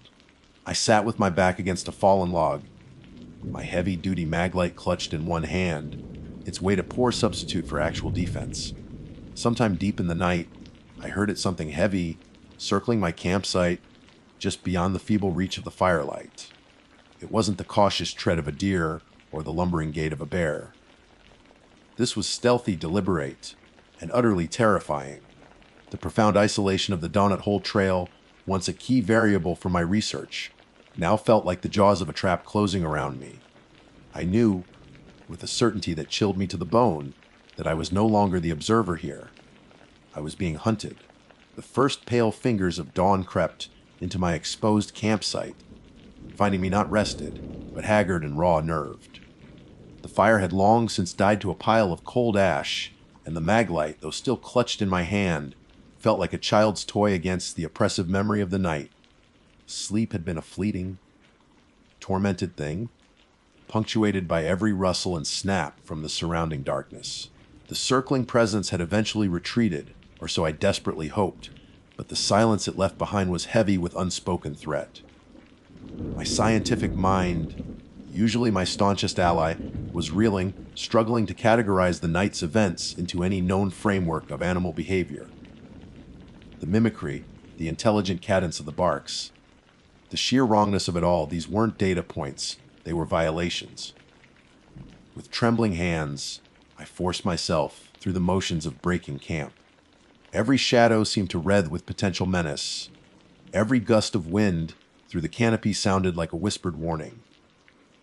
I scanned the perimeter of the clearing, my eyes searching for any tangible evidence of my nocturnal visitor. Beyond a few ambiguously disturbed patches of leaves, there was nothing. No clear prints, no scat, nothing to photograph and analyze. It was as if the forest itself was conspiring to keep its secrets. The remoteness of the Donut Hole Trail, a feature I had specifically chosen for its pristine research conditions, now felt like a carefully laid trap. My GPS unit, usually a comfort with its precise coordinates and plotted routes, now only emphasized how utterly alone I was, miles from any road or human contact. A fierce internal debate raged as I choked down a dry energy bar. Part of me, the rational biologist, urged a tactical retreat, gather what data I had, report the unusual vocalizations, and perhaps return later with a team better equipped for what? I couldn't even name it. Then there was another part, a stubborn, perhaps foolish, core of scientific curiosity mixed with a primal refusal to be chased away. What if this was a new species, an unrecorded behavior? The thought, however faint, was a familiar siren song, but beneath both was a cold, hard knot of fear. The barks, the mimicked bird call, they hadn't just been random sounds. They had felt targeted, responsive. Whatever was out there knew I was here. Would turning back even be safer? Or would it simply make me easier prey, a fleeing animal? I decided to press on, at least for a few more hours, telling myself I needed more concrete observations. It was a flimsy justification, and I knew it. The truth was, I was terrified of being a stationary target again. Movement felt like a sliver of control, however illusory. The trail that day was even more challenging than the first, a series of steep ascents and descents through dense rhododendron thickets and over slick, moss-covered talus slopes. The forest remained unnervingly quiet. No birdsong, no chattering squirrels, just the unnerving stillness I'd first encountered the previous afternoon. Several times, I caught fleeting movements at the periphery of my vision, a flicker of something dark and too fast between the trees, a disturbance in the undergrowth that vanished before I could focus my binoculars. Each time my heart hammered against my ribs, and I'd spin around, searching, only to find nothing but the impassive trees. Around midday, as I navigated a particularly treacherous stream crossing, hopping between slick boulders, I heard it again. This time, it wasn't an animal call. It was a voice. My voice. It called, a perfect imitation of my own tone, perhaps a little strained as if from a distance. Eris, over here. It seemed to come from a dense stand of hemlocks just up the bank. For a paralyzing moment, I froze mid-step, one foot on a precarious rock. My blood ran cold. It was impossible. There was no one else out here. I knew that with absolute certainty. Who's there? I managed to call out, my voice hoarse and trembling, a pathetic contrast to the clear, confident mimicry. Silence. Then a soft, almost inaudible chuckle, a sound that seemed to slither through the trees, laden with malice. That was when the last vestiges of my scientific detachment shattered. This wasn't an animal. This was something intelligent, something malevolent, and it was toying with me. Panic lent me a desperate agility. I scrambled across the remaining rocks, nearly falling twice, and plunged into the forest on the other side, pushing myself into a reckless, stumbling run. My heavy pack, usually a balanced part of my hiking rhythm, now felt like an anchor, threatening to pull me down with every misstep on the uneven terrain. I didn't dare look back. I could feel it. That same oppressive sense of being watched, of being pursued, but now it was amplified, charged with a terrifying, knowing intelligence. The forest, my laboratory, my sanctuary had become a labyrinth of fear. The trees themselves seemed to contort into menacing shapes, their branches like grasping claws. I ran until my lungs burned and my legs screamed in protest, finally collapsing at the base of a large oak, gasping for air. The silence that descended was, if possible, even more terrifying than the sounds. It was the silence of a predator that knows it has its prey cornered. As dusk began to settle, painting the woods in hues of bruised purple and blood orange, I knew I couldn't spend another night like the last. My training, my experience, none of it had prepared me for this. I fumbled for my GPS, my hands shaking so violently I could barely operate the buttons. The nearest road, a barely their forestry track according to the map, was miles away across some of the most rugged terrain the DHT had to offer. But it was my only hope. As the last light faded and the forest began to whisper with the unseen movements of the night, I heard a twig snap close by. Too close. And then, from the darkness directly in front of me, 2 points of light ignited, glowing with a faint, predatory red. They were low to the ground, too wide apart for any natural creature of these woods. And they were rising. The twin red embers in the darkness did not just rise, they ascended with a horrifying fluidity, as if an unseen puppeteer was slowly drawing a monstrous form upright. They fixed on me, burning with an intensity that felt like a physical weight, a palpable malevolence that stripped away the last shreds of my analytical composure. My breath hitched, a strangled gasp in the suffocating silence. This was no bear, no known predator of Pennsylvanian forests. This was the architect of the unnatural quiet, the mimic, the hunter that had been stalking me with such cruel patience. My legs, leaden with terror only a moment before, found a desperate, primal energy. I didn't think, I reacted. I spun around and plunged blindly into the undergrowth, away from the trail, away from those rising, infernal eyes. The forest, already a challenging labyrinth by day, became a treacherous nightmare in the moonless dark. Branches whipped at my face, roots snagged my ankles, and the uneven ground threatened to send me sprawling with every panicked step. My heavy backpack, once a carefully balanced collection of scientific tools and survival gear, now felt like an iron cage, its straps biting into my shoulders, its bulk throwing me off balance. I could hear it behind me, not the clumsy crashing of a pursuing animal, but something far more terrifying, a series of soft, impossibly fast footfalls, sometimes seeming to pace me on two legs, sometimes dropping to a scuttling on four, effortlessly navigating the dense woods. It was gaining. The air grew cold, and a fetid, musky odor like damp earth and something else, something rotten, filled my nostrils, overpowering the clean scent of pine. "Eris, why are you running?" The voice, my own, echoed through the trees to my left, laced with a chilling amusement. Then, from my right, my mother's voice, a sound I hadn't heard in 20 years. "Don't go into the dark, dear. There are monsters there." My heart fractured. This creature wasn't just hunting my body, it was devouring my sanity, peeling back layers of my mind to find the tenderest nerves. I screamed, a raw, wordless sound of pure terror, hoping to somehow break the spell, to make it stop. The only reply was a dry, rustling laugh that seemed to emanate from the trees themselves, a sound like dead leaves skittering across frozen ground. I stumbled into a small, rocky ravine, the terrain even more treacherous here. My mag light, my last beacon against the oppressive darkness, flew from my grasp as I fell, clattering against the stones and extinguishing. Plunged into near total blackness, the red glow of its eyes, now seemingly closer, was the only thing I could see. This was it, I thought. My deadly mistake. Not just coming here, not just underestimating the silence, but losing my light, my last symbol of human reason in this primal nightmare.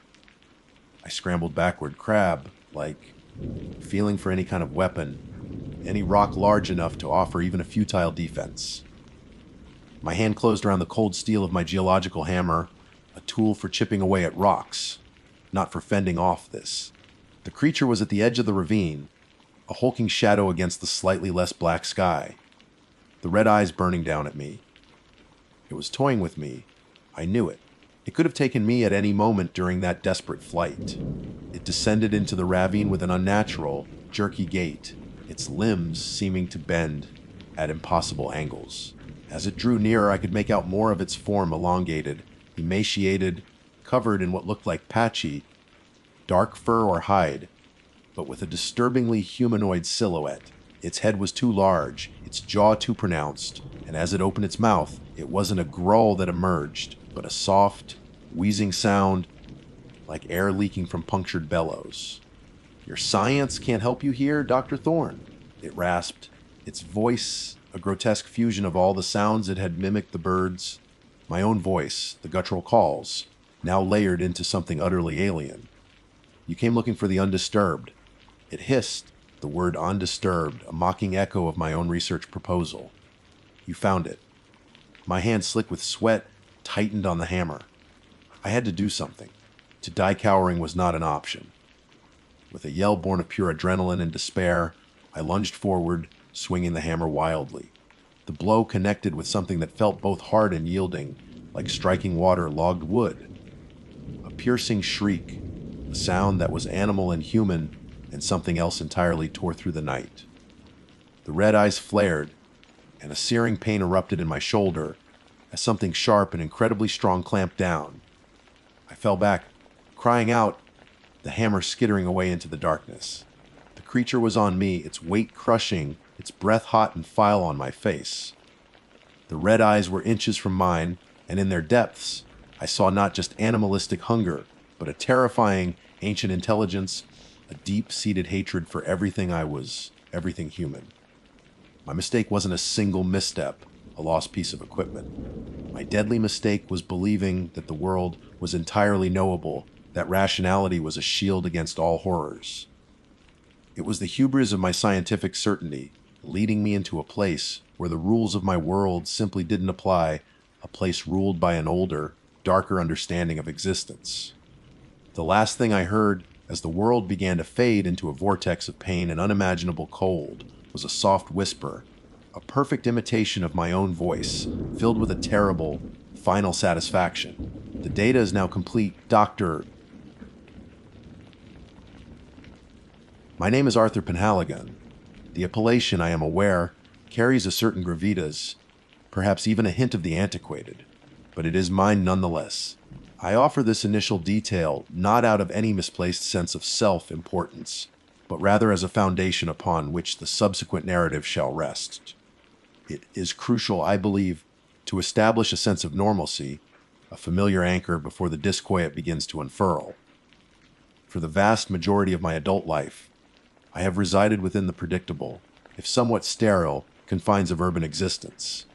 My days are meticulously structured, dictated by the demands of my profession as a freelance archivist. This work, while solitary in nature, provides a peculiar comfort. Surrounded by the tangible history of others, I often find a sense of order that the external world frequently lacks.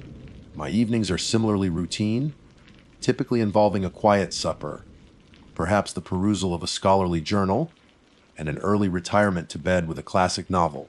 It was with this backdrop of ordered predictability that the impulsive notion of a recreational excursion began to take root within me. The impetus was simple enough, a desire for respite, a yearning to momentarily escape the digital tethers and the incessant hum of city life. I had been feeling the subtle yet persistent erosion of my well-being, a gradual fraying at the edges that I attributed to prolonged immersion in the demanding world of historical documentation and analysis. The specific destination, Indiana, was somewhat arbitrary. I had encountered a series of compelling articles detailing the natural beauty of the state's parks and forests, particularly during the autumnal transition. The vibrant tapestry of fall foliage, the crispness of the air, the promise of tranquil hiking trails, all of it coalesced into an appealing vision of restorative solitude for someone like myself. The decision to undertake this venture in a rented recreational vehicle, an RV, was perhaps a departure from my usual inclination towards more traditional forms of accommodation. However, the appeal of self-sufficiency, of having a mobile base camp from which to explore the wilderness at my own pace, proved to be a powerful draw for me. After a cursory online search, I selected a reasonably sized and well-equipped model from a local rental agency. The transaction was unremarkable, the handover swift, and soon enough, I found myself navigating the familiar urban sprawl before finally merging onto the interstate. The promise of the Hoosier state beckoning on the horizon. The initial leg of the journey was uneventful for the traveler. The landscape gradually transformed from the concrete jungle to rolling farmlands. The air grew cleaner, and a sense of anticipation began to build within my mind. I made occasional stops at quaint roadside diners, indulging in the simple pleasures of regional cuisine.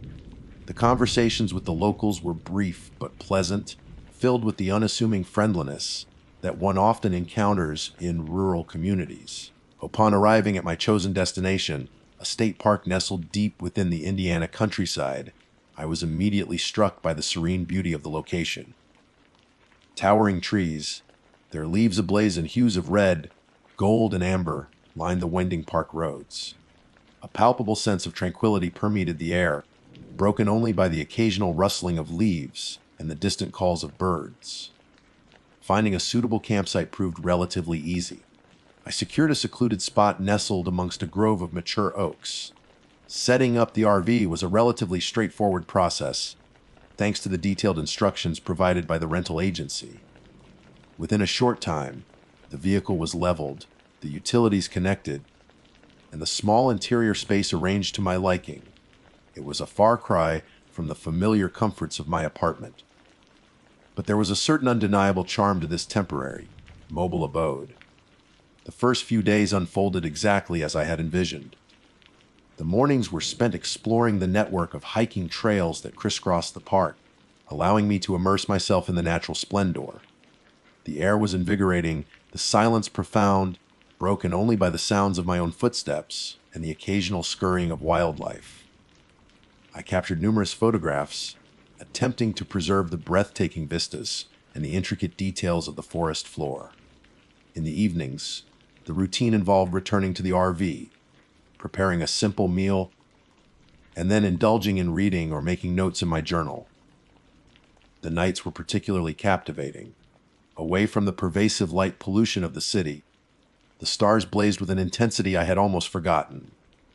The stillness was absolute, save for the gentle whisper of the wind through the trees and the distant hooting of owls.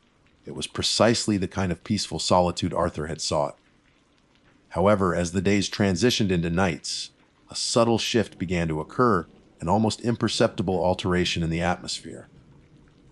It wasn't anything the individual could immediately put a finger on, no specific incident or unsettling encounter. It was more of a gradual accumulation of small, disquieting details, a creeping sense of unease that began to gnaw at the edges of this peaceful retreat. One evening, as dusk began to settle, I noticed a set of footprints near my campsite that did not appear to be my own. They were larger, more rugged, and seemed to veer off into the dense undergrowth. I initially dismissed them as belonging to another hiker who had perhaps strayed from the designated trails. Yet, the following morning, the camper noticed them again, this time closer to the RV, almost as if someone had been circling the perimeter. Another instance involved the sounds. While the forest was naturally alive with nocturnal noises, there were certain sounds that seemed out of place, unsettling. A prolonged, guttural growl that I couldn't readily identify, the snapping of twigs in the dead of night when there was no discernible wind. A faint, rhythmic thumping sound that seemed to emanate from the deeper woods. These auditory anomalies began to disturb my sleep and fuel a growing sense of unease within me. The scholar initially attributed these occurrences to an overactive imagination, the product of solitude and the natural unfamiliarity of the wilderness. I reasoned with myself that I was simply more attuned to the sounds and signs of the forest than I would be in my accustomed urban environment. Yet, the feeling persisted, a prickling sensation at the back of my neck, the distinct impression of being watched. The visitor started to become more vigilant, carefully scanning my surroundings whenever I ventured out, double checking the locks on the RV doors before retiring for the night. It was on the 5th day of my trip that the subtle unease began to coalesce into something more tangible, more disturbing. It started with a seemingly innocuous discovery during one of my hikes, a discovery that would ultimately unravel the tranquility of this sojourn and plunge Arthur into a realm of inexplicable terror. The discovery that initiated the downward spiral into genuine fear occurred on what had begun as a particularly pleasant morning. The air was crisp and carried the scent of damp earth and decaying leaves. Sunlight filtered through the canopy in dappled patterns, illuminating the forest floor in shifting mosaics of light and shadow. I had decided to explore a trail I hadn't yet ventured down, one that promised a scenic overlook according to the park map. The path was less maintained than some of the others, winding and occasionally obscured by fallen branches. Despite this, I found a certain charm in its unkempt nature, a feeling of venturing slightly off the beaten path. I walked at a leisurely pace, enjoying the solitude and the symphony of natural sounds that surrounded me. Squirrels chattered overhead, unseen birds called out from the dense foliage, and the gentle murmur of a nearby stream provided a soothing backdrop. It was near a bend in the trail where the woods opened slightly to reveal a small clearing that I saw it. At first glance, it appeared to be nothing more than an oddly shaped root protruding from the earth. However, as I drew closer, The true nature of the object became chillingly apparent. It was a doll. Not a child's plaything, mind you, but something far more unsettling. It was crudely fashioned, seemingly from bits of scavenged material. The body was made of what looked like tightly bound twigs, wrapped haphazardly with fraying pieces of dark cloth. The head was a smooth, round stone, its features crudely etched with what appeared to be charcoal or some other dark pigment. Two large, vacant circles served as eyes, and a jagged, downturned line formed a grotesque mouth. What truly set this object apart and sent a shiver of unease down my spine were the adornments. The doll was covered in small, seemingly deliberate additions. Strands of what looked like human hair were glued or tied to the stone head. Tiny feathers were stuck into the twig body at odd angles. And most disturbingly, several small animal bones, finger-sized and unnervingly white, were woven into the cloth wrapping. A palpable sense of wrongness emanated from the object. It felt like something that should not exist, something born of a disturbed and malevolent imagination. I felt an immediate urge to turn away, to pretend I had not seen it, but a morbid curiosity held me rooted to the spot. I cautiously circled the doll, my eyes scanning every gruesome detail.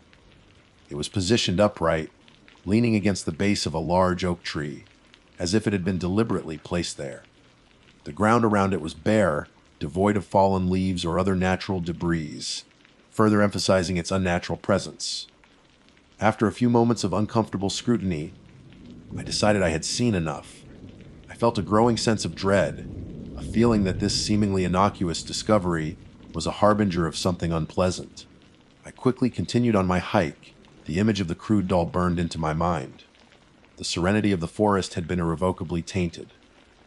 The scenic overlook, when I finally reached it, offered a breathtaking panorama of rolling hills blanketed in autumnal colors. Yet, I found myself unable to fully appreciate the view. The unsettling image of the doll kept intruding upon my thoughts, casting a pall over the otherwise picturesque landscape. I cut my hike short that day, the desire for peaceful exploration replaced by a growing anxiety. Upon returning to my campsite, I found myself constantly glancing around, half expecting to see another one of those disturbing effigies. The familiar comfort of the RV now felt somewhat fragile, a thin barrier against an unseen threat. That night, sleep evaded me for a long time. Every creak of the RV, every rustle of leaves outside, sounded amplified in the darkness, fueling my growing paranoia.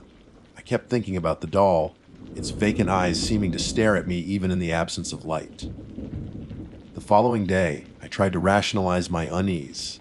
Perhaps it was just some misguided attempt at folk art, a quirky creation by a local resident. Maybe I was simply letting my imagination run wild. I attempted to distract myself with a book, but found my concentration wavering, my gaze constantly drifting towards the windows. In the afternoon, I decided to go for another hike, choosing a different trail, one that was more popular and well-traveled. I hoped that the presence of other hikers would alleviate the growing sense of isolation and dread. The trail was indeed more populated, with families and couples enjoying the crisp autumn air. For a while, I felt a sense of relief, a return to the peaceful normalcy I had initially experienced. However, as I rounded a bend in the path, I saw it. Another doll. This one was different from the first, yet equally disturbing. It was smaller, fashioned from what looked like corn husks and bound with thin twine. Its head was a dried, shriveled fruit, possibly an apple, with seeds for eyes and a stitched mouth pulled into a silent scream. Like the first doll, this one was adorned with unsettling additions, small. Sharp thorns were stuck into its body, and a loop of what appeared to be braided animal sinew hung around its neck. This second encounter shattered any remaining semblance of rational explanation. This was not random, this was deliberate.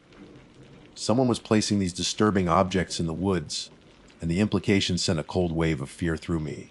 I turned back immediately, my earlier desire for a long hike completely gone. My pace quickened, bordering on a panic jog. I felt exposed, vulnerable, as if unseen eyes were watching me from the depths of the forest. Returning to my campsite, I locked all the doors and windows of the RV drawing the curtains to shut out the encroaching darkness. The sense of unease had now morphed into genuine fear. I felt trapped, isolated, in the midst of something I did not understand, and that felt profoundly threatening. I considered leaving, packing up and driving away immediately, but a strange mix of apprehension and a morbid desire to understand what was happening kept me rooted to the spot. I told myself that perhaps these were just harmless pranks, albeit unsettling ones. But deep down, I knew that the feeling of dread that had taken hold of me was anything but irrational. As night fell, the sounds of the forest seemed different, more ominous. The hooting of owls sounded less like a peaceful lullaby and more like a mournful lament. Every snap and rustle outside sent a jolt of fear through me. I found myself jumping at the slightest noise, my senses on high alert. Sleep was an impossibility. I lay in bed, straining my ears, my heart pounding in my chest. It felt as though something was out there, circling, watching, waiting. Then I heard it, a soft scratching sound coming from just outside the RV. It started faintly, almost imperceptibly, but gradually grew louder, more insistent. It sounded like fingernails dragging across the aluminum siding. My blood ran cold. I held my breath, listening intently.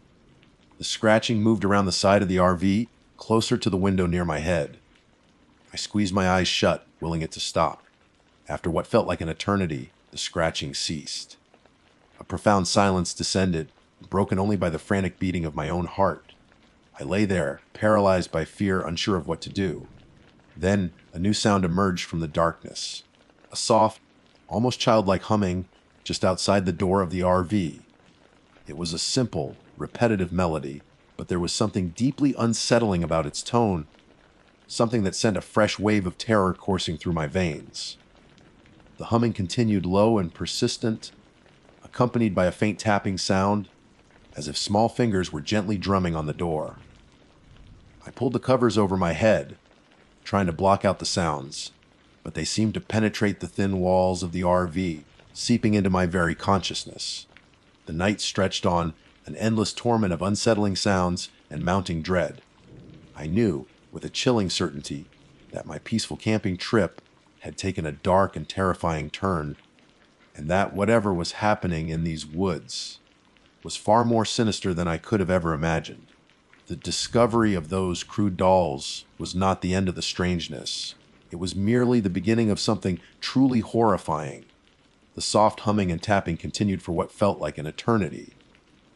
I lay rigid beneath the covers, my mind racing, trying to make sense of the senseless. Was it an animal? Some disturbed individual? The rational part of my brain struggled to find a logical explanation, but the growing dread in my heart screamed otherwise. There was an unnatural quality to these sounds, a deliberate, almost playful malevolence that chilled me to the bone. Slowly, cautiously, I pulled back the edge of the curtain, peering out into the inky blackness. The moon was hidden behind a thick canopy of clouds, casting the campsite in deep shadow.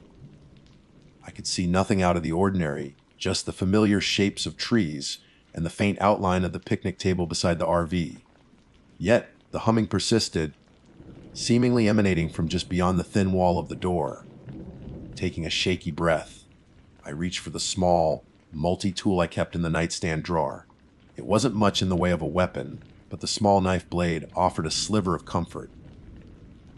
Clutching it tightly in my hand, I slowly rose from the bed. The floorboards creaked beneath my weight, the sound echoing loudly in the suffocating silence that had momentarily replaced the humming. I crept towards the door, my senses straining for any sign of movement or sound. The humming had stopped, replaced by an unnerving silence that felt even more threatening. I reached for the doorknob, my hand trembling. Should I open it? Should I risk confronting whatever was on the other side? Just as I was about to turn the knob, a new sound broke the silence. A soft, shuffling sound, like something dragging itself across the ground. It was coming from the rear of the RV, near the small storage compartment. My heart leaped into my throat. Whatever was out there was moving, circling. I backed away from the door, my eyes darting around the small confines of the RV. The windows suddenly seemed too large, too fragile, offering no real protection. felt like a trapped animal, cornered and vulnerable. The shuffling sound grew louder, closer. It reached the side of the RV, and then I heard a distinct scraping noise, like something with sharp claws raking across the metal. A primal fear gripped me, a terror so profound that it threatened to overwhelm my senses. Then, the shuffling stopped directly outside the window next to the bed. I held my breath, every muscle in my body tense. A moment of absolute silence hung in the air, thick with unspoken dread. Suddenly, a face appeared at the window. It wasn't a human face. It was pale, gaunt with large, black eyes that seemed to absorb all the light. The features were vaguely humanoid but grotesquely distorted, with a wide, thin mouth stretched into a silent, chilling grin. Matted strands of dark hair hung around its face, and its skin appeared stretched and unnatural. I recoiled in horror, stumbling backwards. The face remained at the window for a moment longer, its black eyes fixed on me, and then it slowly slid out of view. I scrambled back into bed, pulling the covers over my head, my body shaking uncontrollably. The image of that face, that unholy visage, was seared into my mind. This was no prank, no animal. This was something else, something truly monstrous. The shuffling sound started again, moving towards the front of the RV.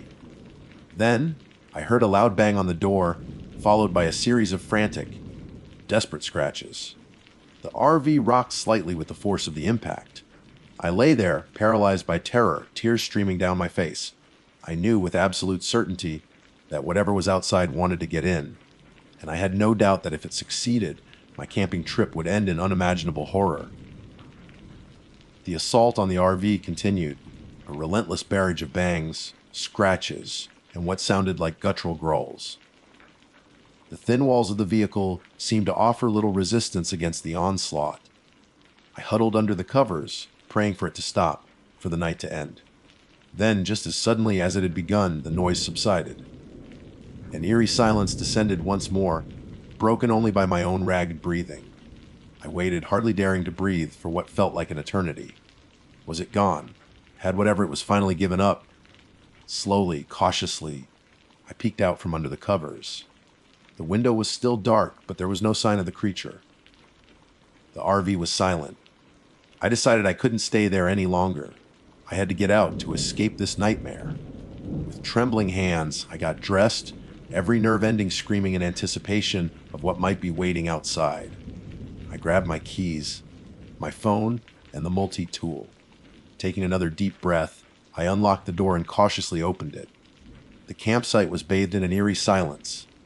The first rays of dawn were just beginning to paint the eastern sky, casting long, distorted shadows across the ground. I stepped out of the RV, my eyes scanning the surrounding woods. Everything looked normal, peaceful even. There was no sign of the creature, no indication of the terror that had gripped me just hours before. Yet, as I looked towards the picnic table, I saw it. Another doll. This one was the most disturbing yet. It was larger than the others, crudely shaped like a human figure. Its body was made of intertwined branches, and its head was a bleached animal skull. Its eyes were empty sockets, staring blankly into the emerging dawn, and impaled through its chest was a small, tarnished metal object, a child's toy badge with the word Ranger barely visible on its surface. A wave of nausea washed over me. I stumbled back, my mind reeling. This wasn't random. This was personal. Without a second thought, I scrambled into the driver's seat of the RV, started the engine, and put it in reverse. I didn't bother with disconnecting the utilities or properly stowing anything inside. All I wanted was to get away, to put as much distance as possible between myself and this terrifying place. As I backed out of the campsite, I glanced in the rearview mirror. Standing at the edge of the woods, partially obscured by the trees, was a figure. Tall and gaunt, its pale face turned towards me, its black eyes glinting in the faint light. It didn't move, didn't make a sound. It simply stood there, watching me go. I pressed down hard on the accelerator, the RV lurching forward. I didn't stop driving until I was far outside the state park, the rising sun illuminating the highway ahead. I didn't look back, I never went camping again. And to this day, the memory of that terrifying trip, the crude dolls, and the face at the window still haunts my nightmares. I often wonder who or what created those effigies and what their intentions were. I'll likely never know, but one thing is for certain: my true terrifying RV camping and hiking trip in Indiana was a bad decision, a decision that forever changed the way I look at the woods and the things that might be lurking just beyond the trees. My name is Elias Thorne, and for the better part of 20 years, these woods have been my life. Not in a romantic Thorio in the cabin kind of way, though there have certainly been moments of profound connection and peace. No, my life here has been about the gritty reality of the wilderness, the beauty juxtaposed with the brutal indifference of nature, the quiet solitude punctuated by the sudden, sharp crack of a branch or the unsettling howl that echoes through the trees in the dead of night. I've been a park ranger in this sprawling national forest for 2 decades, seen seasons turn countless times, and thought I'd witnessed just about everything these acres had to offer. I was wrong. Terribly wrong. Most people think of park rangers as friendly faces, ready to offer directions or point out a scenic trail. They imagine us leading educational programs, maybe rescuing a lost hiker or two, and generally being guardians of nature.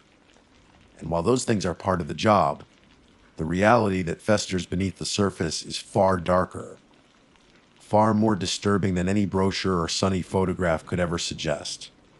We see things out here that would make your blood run cold, things that are never reported, never explained, and actively swept under the rug by those higher up the chain. I've always been a man of routine, a creature of habit carved by the rhythm of the forest.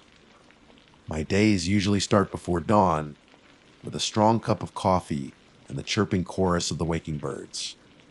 I'd patrol the trails, check for any hazards, ensure the campsites were in order, and occasionally interact with the visitors. Most of them are good people, eager to experience the beauty of nature, leaving nothing but footprints and taking nothing but memories. But then there are others, the ones who wander too far off the marked paths, the ones with a reckless glint in their eyes, the ones who think the wilderness is theirs to conquer without understanding the respect it demands. It's these people, the unprepared and the arrogant, who often become statistics. A sudden storm, a misjudged step on a steep incline, an encounter with wildlife, these are the typical explanations offered when someone goes missing. And while those things certainly happen, they don't account for all of it. Not even close. Over the years, I've been involved in more search and rescue operations than I care to remember. The frantic calls from worried families, the tense coordination with local law enforcement, the grueling days spent combing through dense undergrowth and treacherous terrain. Sometimes we find them, lost, injured, but alive. Those are the good days, the ones that reaffirm the purpose of our work. But more often than not, we find nothing. Absolutely nothing. A lingering scent, a single discarded item, perhaps a faint track that disappears into the unforgiving earth. It's as if they simply vanished into thin air. These disappearances, the ones with no logical explanation, are the whispers in the woods that haunt the rangers. We talk about them in hushed tones around the campfire after the tourists have gone, sharing fragmented details and uneasy glances. We see the fear in each other's eyes, the unspoken questions that hang heavy in the night air. Was it an animal attack? Did they wander off and succumb to the elements? Or was it something else? Something darker? I remember the case of Sarah Miller, a young woman in her early 20s who went missing 3 years ago. She was an experienced hiker, came prepared with all the necessary gear, and had even checked in with the ranger station before heading out on the Blackwood Trail. The weather was clear and the trail was well maintained, yet she never returned. The search party was massive. We had volunteers, cadaver dogs, even a helicopter with thermal imaging. We scoured every inch of the trail and the surrounding area for days, but there wasn't a single trace of her. No dropped water bottle, no misplaced compass, not even a broken twig to suggest she had gone off the path. It was as if she had been plucked from the forest. The official report concluded that she likely got lost and succumbed to hypothermia, despite the relatively mild weather. Her family was devastated, but eventually they had to accept the grim reality. But I couldn't. Something about that case felt wrong, deeply wrong. Sarah was too experienced, too careful to simply wander off and get lost. Then there was the case of the Henderson brothers, two teenagers who disappeared near the old logging camp on the northern edge of the park. They were known for their adventurous spirit, sometimes bordering on recklessness, but they always stuck together. Their disappearance was blamed on a possible encounter with a bear, but we never found any evidence to support that theory.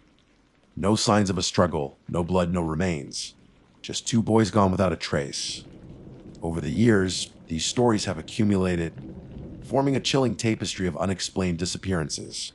Each case is a knot in my stomach, a persistent unease that I've tried to ignore, to rationalize away with the standard explanations. But the truth, the horrifying truth, is that there's something else at play in these woods. Something that the official reports don't mention, something that the Park Service desperately tries to keep quiet. It started subtly with strange occurrences that I initially dismissed as tricks of the light or the overactive imagination of a man who spends too much time alone in the wilderness. A fleeting glimpse of movement just at the edge of my vision. A sound that seemed to mimic a human voice, but twisted and wrong. The feeling of being watched, even when I knew I was the only person for miles. But the incidents grew more frequent, more blatant.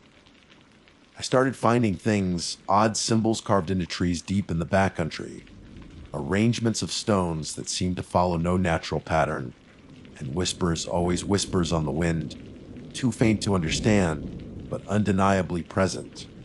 I tried to talk about it with my colleagues, but they just shrugged it off, attributing my unease to stress and the isolation of the job. They told me I was letting the local legends and ghost stories get to me, and maybe they were right. Maybe I was just tired, my mind playing tricks on me. But then came the incident last fall, the one that shattered any remaining doubt and forced me to confront the terrifying reality of what truly lurks within these woods. It was late in the season. Most of the tourists had gone home, and the forest was draped in the melancholic beauty of autumn. I was on a routine patrol in a remote section of the park, an area known for its dense foliage and rugged terrain. As I rounded a bend in the trail, I saw it.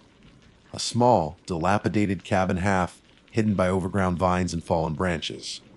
It wasn't on any of the park maps, and I had never seen it before in all my years here. Curiosity overriding my caution, I decided to investigate. The cabin was eerily silent, the wooden walls warped and weathered, the windows dark and empty. As I cautiously approached, I noticed a faint smell, something metallic and sickeningly sweet, hanging in the air. It made the hairs on the back of my neck stand up. Pushing open the creaking door, I stepped inside. The air was thick with dust, and the smell was overpowering. In the dim light filtering through cracks in the walls, I could make out the remnants of what looked a makeshift campsite. A tattered sleeping bag in one corner, and a few empty cans were scattered on the floor. But it was what I saw on the far wall that made my blood run cold.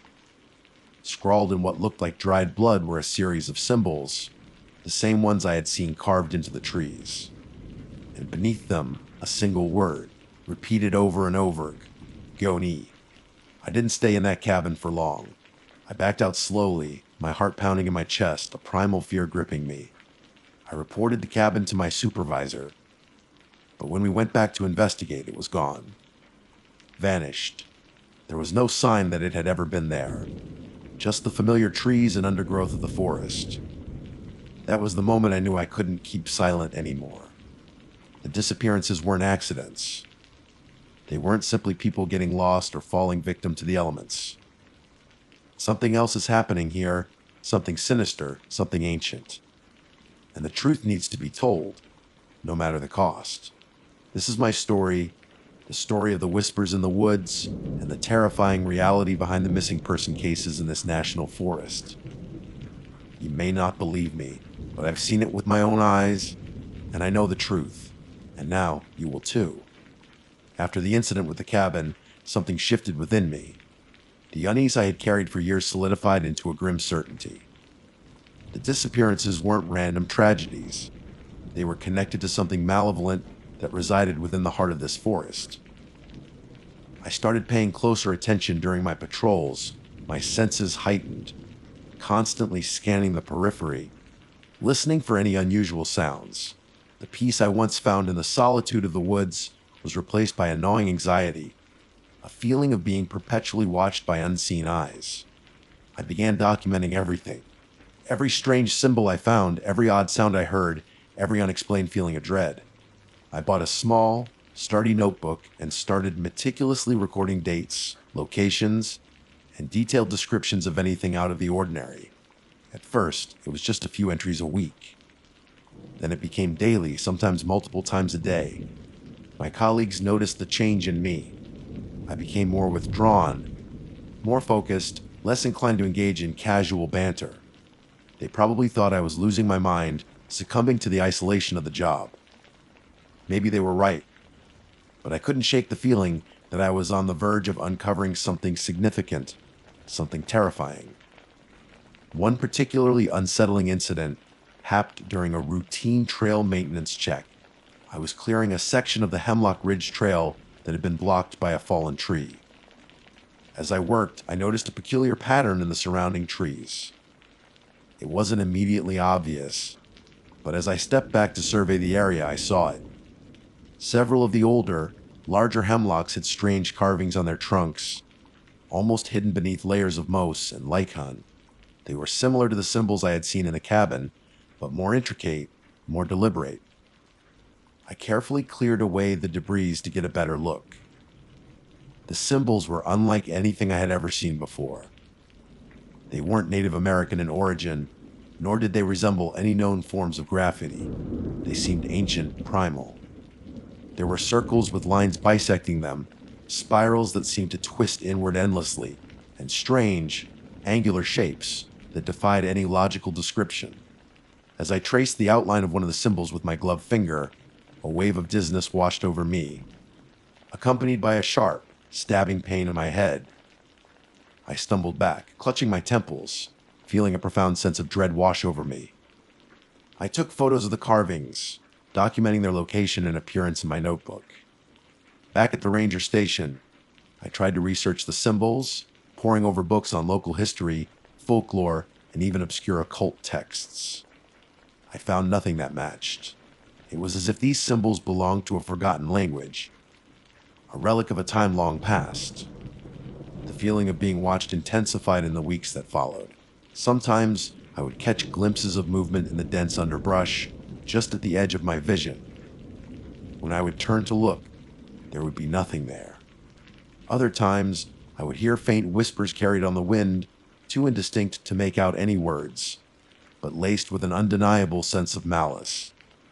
It was like the forest itself was aware of my investigation, and it didn't want me to uncover its secrets. One evening, as I was driving back to my cabin after a late patrol, I saw something that truly chilled me to the bone. It was near a stretch of road that ran alongside a particularly dense and rarely visited section of the forest. My headlights illuminated a figure standing at the edge of the trees.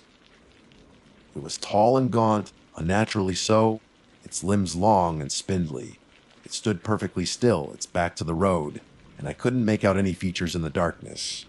I slowed down, my hand instinctively reaching for my radio. Dispatch. This is Ranger Thorne.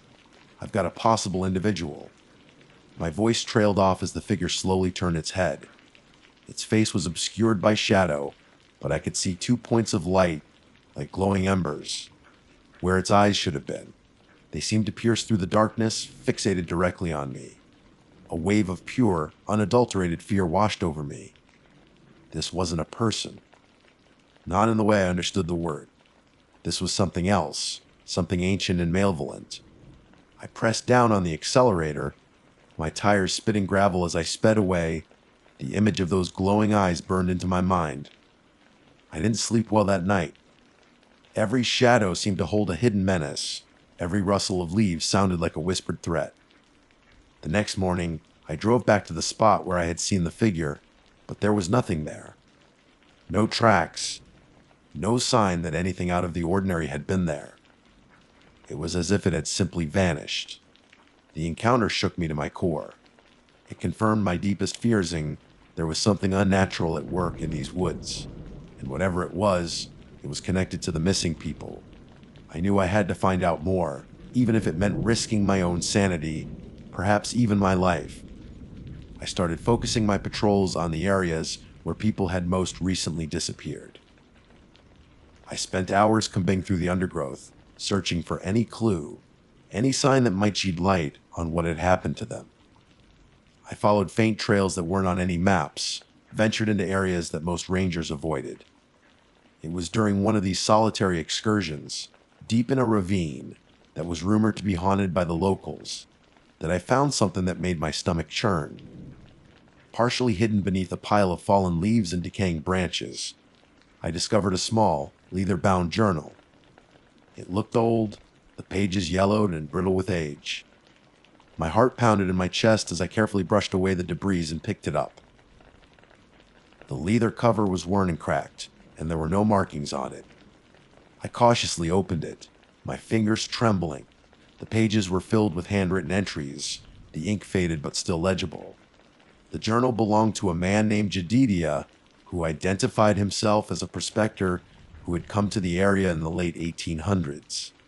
His early entries spoke of the promise of gold and the beauty of the wilderness.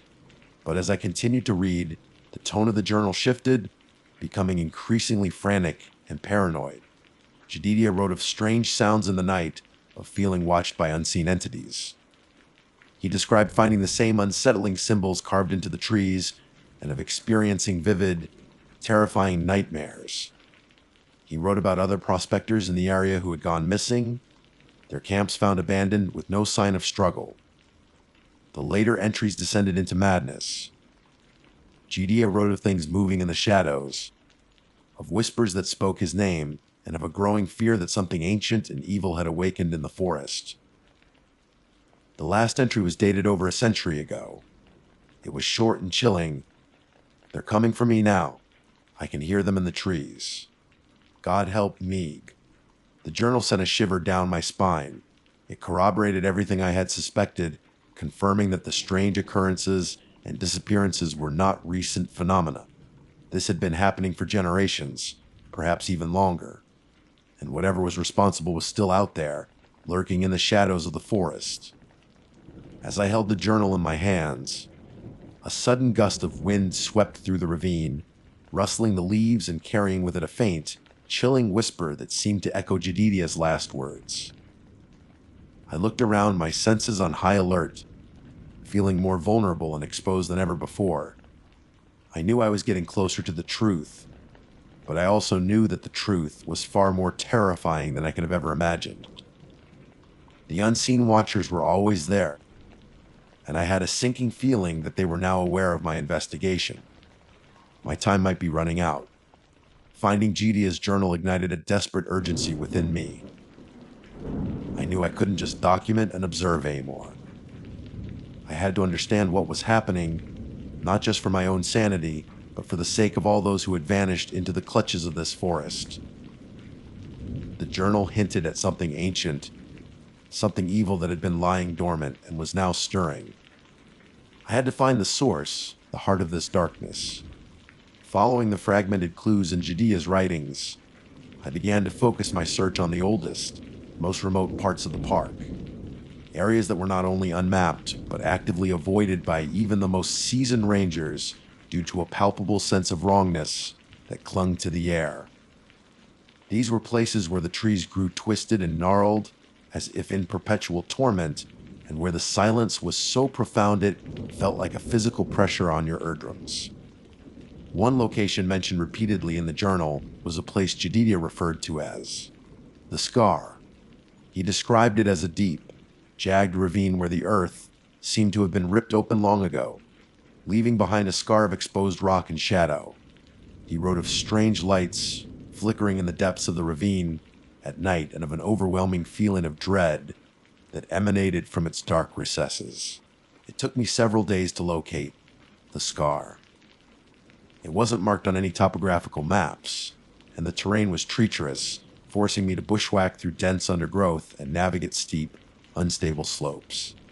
But the descriptions in Jedidiah's journal were accurate. When I finally reached it, I knew this was the place. The ravine was immense, far deeper and wider than I had imagined. The air here was noticeably colder, and a perpetual twilight seemed to hang over the chasm. The scent of damp earth and decaying leaves was mixed with a faint, metallic odor, the same smell I had encountered at the vanished cabin. As I cautiously made my way to the edge of the ravine, I noticed more of the strange symbols carved into the exposed rock face. They were larger here, more elaborate, and seemed to pulse with a faint, unsettling energy. As I stared at them, the same wave of dizziness and head pain I had experienced before returned, this time stronger, almost debilitating. Images flashed through my mind, fleeting glimpses of shadowy figures moving among the trees, of eyes glowing with an unholy light, of rituals performed under a blood-red moon. Despite the overwhelming sense of dread, I knew I had to descend into the ravine. I secured my rope and began the slow, arduous climb down the sheer rock face. The deeper I went, the more oppressive the atmosphere became. The air grew heavy, and the silence was broken only by the occasional drip of water echoing through the chasm. About halfway down, I found an opening in the rock face, partially concealed by thick vines. It looked like the entrance to a cave. Hesitantly, I pushed aside the vines and peered inside. The darkness within was absolute, but I could feel a faint current of air emanating from the opening, carrying with the now familiar metallic scent, intensified tenfold. I activated my headlamp and stepped inside. The cave was surprisingly large, with high, vaulted ceilings and walls covered in more of the strange symbols. The air was thick with a palpable sense of ancient evil. In the beam of my headlamp, I saw piles of bones scattered across the floor, animal bones, but also human bones. And among them, articles of clothing, backpacks, and other personal belongings that I recognized from the files of missing persons. This was it. The truth laid bare in the cold, unyielding darkness. But the horror was far from over. As I ventured deeper into the cave, I heard a sound, a faint, rhythmic chanting that seemed to come from the very depths of the earth. The chanting grew louder, more insistent, and the air began to vibrate with an unnatural energy. The symbols on the walls seemed to glow with an airy luminescence. Suddenly, the ground began to tremble. Rocks and debris rained down from the ceiling. I stumbled, trying to keep my footing, my heart pounding in my chest. The chanting reached a fever pitch, and then, in the distance, I saw them. Figures emerged from the shadows, their forms tall and gaunt, their limbs long and spindly, just like the figure I had seen by the roadside. Their eyes glowed with the same malevolent light, and their faces were contorted in silent, horrifying expressions.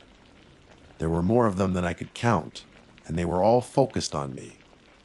These were the unseen watchers, the things that had been lurking in the shadows of the forest for centuries, perhaps millennia. They were the reason for the disappearances, the source of the whispers, the entities behind the terrifying symbols. They were the old ones, awakened. They moved with an unnatural speed, their long limbs carrying them silently across the uneven floor of the cave. I knew I couldn't fight them. I was outnumbered, outmatched, and utterly terrified. My only chance was to escape. I turned and fled, scrambling back towards the cave entrance, the chanting echoing behind me, the glowing eyes burning into my back. The ground continued to shake, and the cave seemed to be collapsing around me. I could feel their presence closing in, their cold, skeletal fingers reaching out. I don't remember how I made it out of that cave. It was a blur of terror and adrenaline. I climbed back up the ravine, my hands raw and bleeding, my body screaming in protest. When I finally reached the top, I didn't stop running. I ran as fast as my legs could carry me, not looking back, not daring to breathe until I was far, far away from the scar. I made it back to the ranger station, but I was a broken man. My clothes were torn, my body was bruised and battered, and my mind was reeling from the horrors I had witnessed. I tried to explain what had happened, but my words came out as panicked ramblings, disjointed and unbelievable. My colleagues looked at me with pity and concern. They attributed my state to stress and exhaustion. They told me I needed rest, that I had let my imagination run wild. They didn't believe me. How could they? What I had seen defied all logic, all reason. But I know what I saw. I know the truth. The missing people weren't just getting lost or falling victim to accidents. They were being taken by something ancient and evil that dwells within the depths of this forest. And I fear that I have only scratched the surface of their terrifying existence. I am writing this down now, while I still can. I don't know how long I have left. The feeling of being watched has returned, stronger than ever. I hear the whispers even in broad daylight now. I see the symbols everywhere. They know I know their secret. If you ever come to this national forest, stay on the marked trails. Do not venture into the remote areas. Do not ignore the feeling of being watched, and if you hear whispers on the wind, run. Run as fast as you can and don't ever look back, because the truth about the missing person cases is far more horrifying than any story you could ever imagine. And once the old ones have their eyes on you, there is no escape. My time is running out. I can hear them, they're hearing. My name is Serafina Moon, and I wear the uniform of a Michigan Park Ranger. It's a title I've held with a certain degree of pride, a sense of duty that settles over me as comfortably as my Kevlar vest. For 5 years, I've patrolled the sprawling wilderness areas entrusted to our care, from the sun-dappled shores of the Great Lakes to the shadowed depths of ancient forests. I've dealt with my share of lost hikers, a few too many close encounters with agitated wildlife, and the occasional illegal camper who thinks the rules don't apply to them. Standard fare, really. But nothing, absolutely nothing in my training or my experience could have prepared me for what transpired near the whispering woods that border Findlay Cemetery. Findlay. Even the name seems to carry a certain weight, a chill that has little to do with the biting Michigan winters. It's old, that cemetery, with tombstones leaning like wary sentinels, their inscriptions faded by time and harsh weather.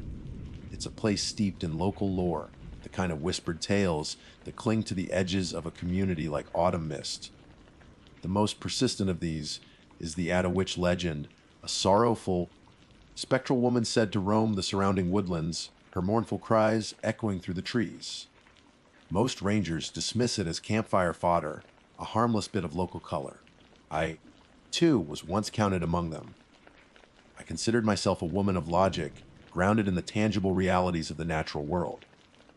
The rustling leaves were wind, the snapping twigs were deer, and the eerie silence was simply the absence of human clamor. My assigned patrol area often included the state land adjacent to Findlay. It was a dense stretch of forest, characterized by thick undergrowth, towering oaks, and pines that seemed to claw at the sky. The air here always felt a little heavier, the sunlight a little more reluctant to penetrate the canopy. Locals, for the most part, avoided it, especially after dusk. They'd stick to the marked trails further south, leaving the Findlay woods to the deer, the owls, and whatever else lurked in its shaded heart. The evening in question began like many others that late October. A heavy, cloying fog had rolled in as the sun dipped below the horizon, blanketing the landscape in an ethereal shroud. It wasn't unusual for this time of year, the kind of fog that swallows sound and distorts distances, making familiar landmarks seem alien and menacing. My shift was nearing its end, and I was conducting a final sweep of the perimeter near the cemetery access road. The air was damp and cold, seeping into my bones despite the layers I wore. The beams of my patrol vehicle's headlights cut through the oppressive gray, illuminating swirling tendrils of mist that writhed like disembodied spirits. I just made a note in my log, "Al quiet, visibility poor due to heavy fog," when I first heard it. A sound so faint, so utterly out of place, that I initially dismissed it as a trick of the wind, or perhaps an animal. It was a cry, a distinctly human cry, punctuated by what sounded like a struggle, A muffled sob, then a sharp intake of breath, followed by a series of desperate, choked whimpers. Every instinct, every facet of my training screamed at me. A potential victim, someone in distress. My hand immediately went to the radio on my shoulder strap. Standard procedure: call it in, report potential situation, request backup, state my location. My thumb hovered over the transmit button. But then the sounds came again, clearer this time, tinged with an undeniable note of terror. A woman's voice, raw with fear, pleading. The sound seemed to be emanating from the tree line just beyond the old iron fence that marked the unofficial boundary between the state land and the cemetery's overgrown western edge. It was an area I knew to be particularly dense, a tangled mess of thorny bushes and fallen trees. This is where the narrative of my life took a sharp, irrevocable turn.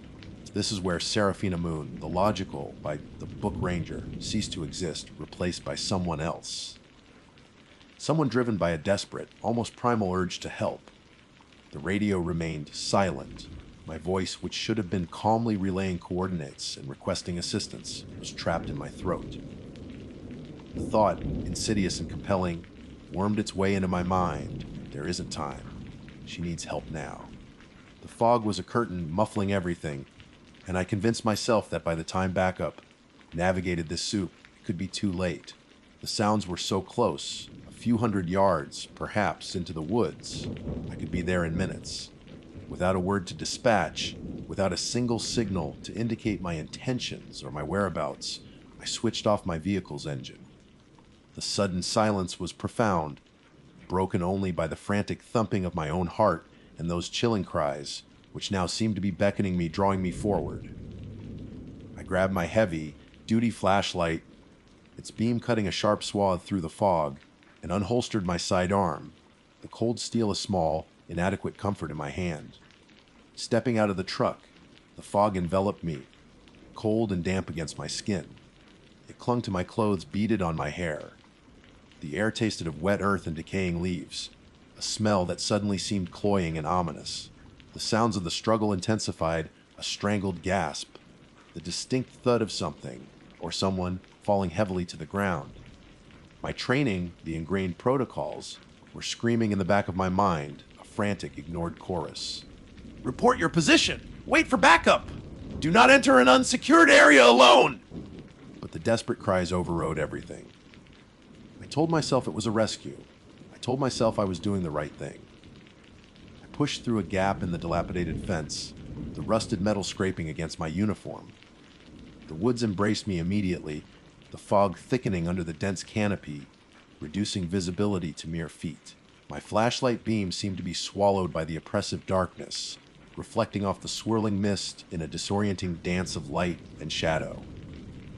The ground was uneven, littered with unseen roots and slick with damp leaves, making my progress slow and treacherous. Hello? I called out, my voice sounding small and absorbed by the fog. Park Ranger! Is anyone there? Are you okay? Only the desperate sobbing answered me, drawing me deeper, ever deeper, into the labyrinthine embrace of Findlay's haunted woods. Each step was a conscious decision, a deliberate move away from safety, from procedure, from sanity. I was following a ghost, perhaps, or something far worse, lured by the oldest trick in the book, the sound of a human in distress.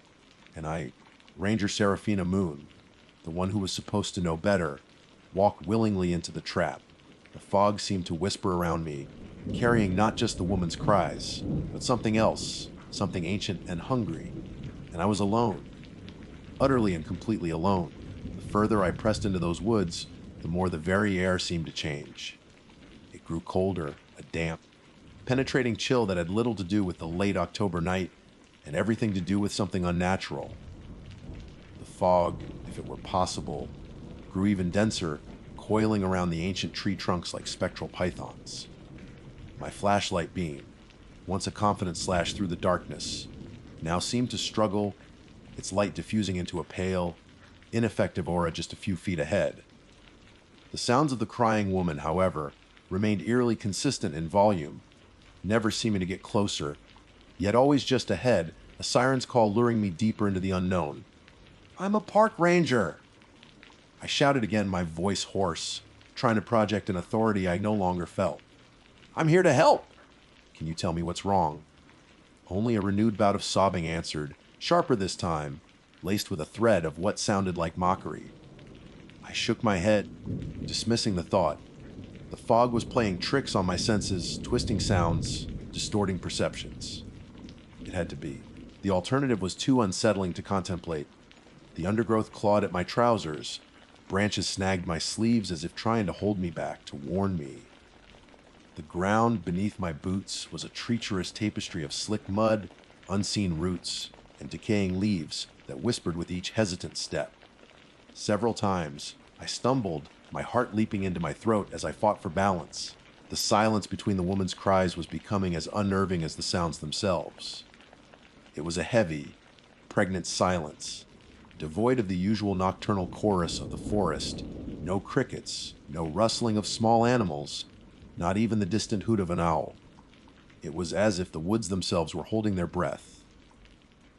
Waiting, I paused, leaning against the rough bark of an ancient oak, trying to catch my breath, trying to regain some semblance of composure. My hand, still gripping my sidearm, was slick with sweat. This was wrong. Every instinct, honed by years in the wilderness, was screaming at me. The logical part of my brain, the part that had been temporarily silenced by the urgency of the initial cries, was now reasserting itself, flooding my mind with a torrent of what-ifs and should-haves. I should have called it in. I should have waited. I was operating blind, deep in hostile territory, with no backup and no one even knowing where I was. A rookie mistake, a potentially fatal one. The crying started again, closer now, or so it seemed. And with it, a new sound, a soft, rhythmic dragging. Thump, thump. It was a heavy sound, like something substantial being pulled across the forest floor. My blood ran cold. The image of the woman struggling, of a body being dragged, flashed through my mind. The urgency, the raw fear I'd felt earlier, resurfaced, momentarily eclipsing my growing dread. "I'm coming," I yelled, pushing myself away from the tree. "Hold on!" I pushed forward with renewed, albeit reckless, determination. The dragging sound, accompanied by the sorrowful weeping, led me further off any discernible path, into a part of the woods that felt older, darker. The trees here were gnarled, their branches intertwined like skeletal fingers, blocking out what little ambient light might have filtered through the fog and canopy. The air grew heavy with the scent of damp earth, decaying wood, and something else, something metallic and faintly sweet. Blood? My flashlight beam landed on something pale on the ground. I approached cautiously, my heart hammering against my ribs. It was a shoe, a woman's hiking boot, to be precise, lying on its side as if it had been torn off in a struggle. A few feet further, a discarded scarf, its bright blue a stark contrast to the muted browns and grays of the forest floor. My stomach clenched. This was no longer a nebulous sound in the fog. This was tangible evidence. Something violent had happened here. The crying had stopped. The dragging sound, too. An oppressive silence descended, so profound it pressed against my eardrums. "Hello," I whispered, my voice trembling despite my efforts to control it. "Are you here?" A twig snapped to my left. I spun around, flashlight beam cutting through the mist, my finger tightening on the trigger of my sidearm. Nothing.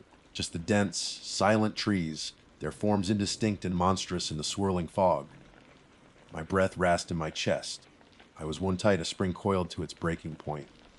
Then I heard it, a whisper, so close it seemed to brush against my ear. Lost. It wasn't the voice of the crying woman.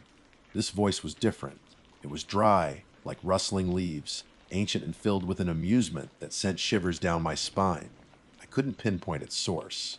It seemed to come from everywhere and nowhere at once, from the fog itself, from the whispering trees, from the very ground beneath my feet. "Who's there?" I demanded, trying to keep the tremor out of my voice.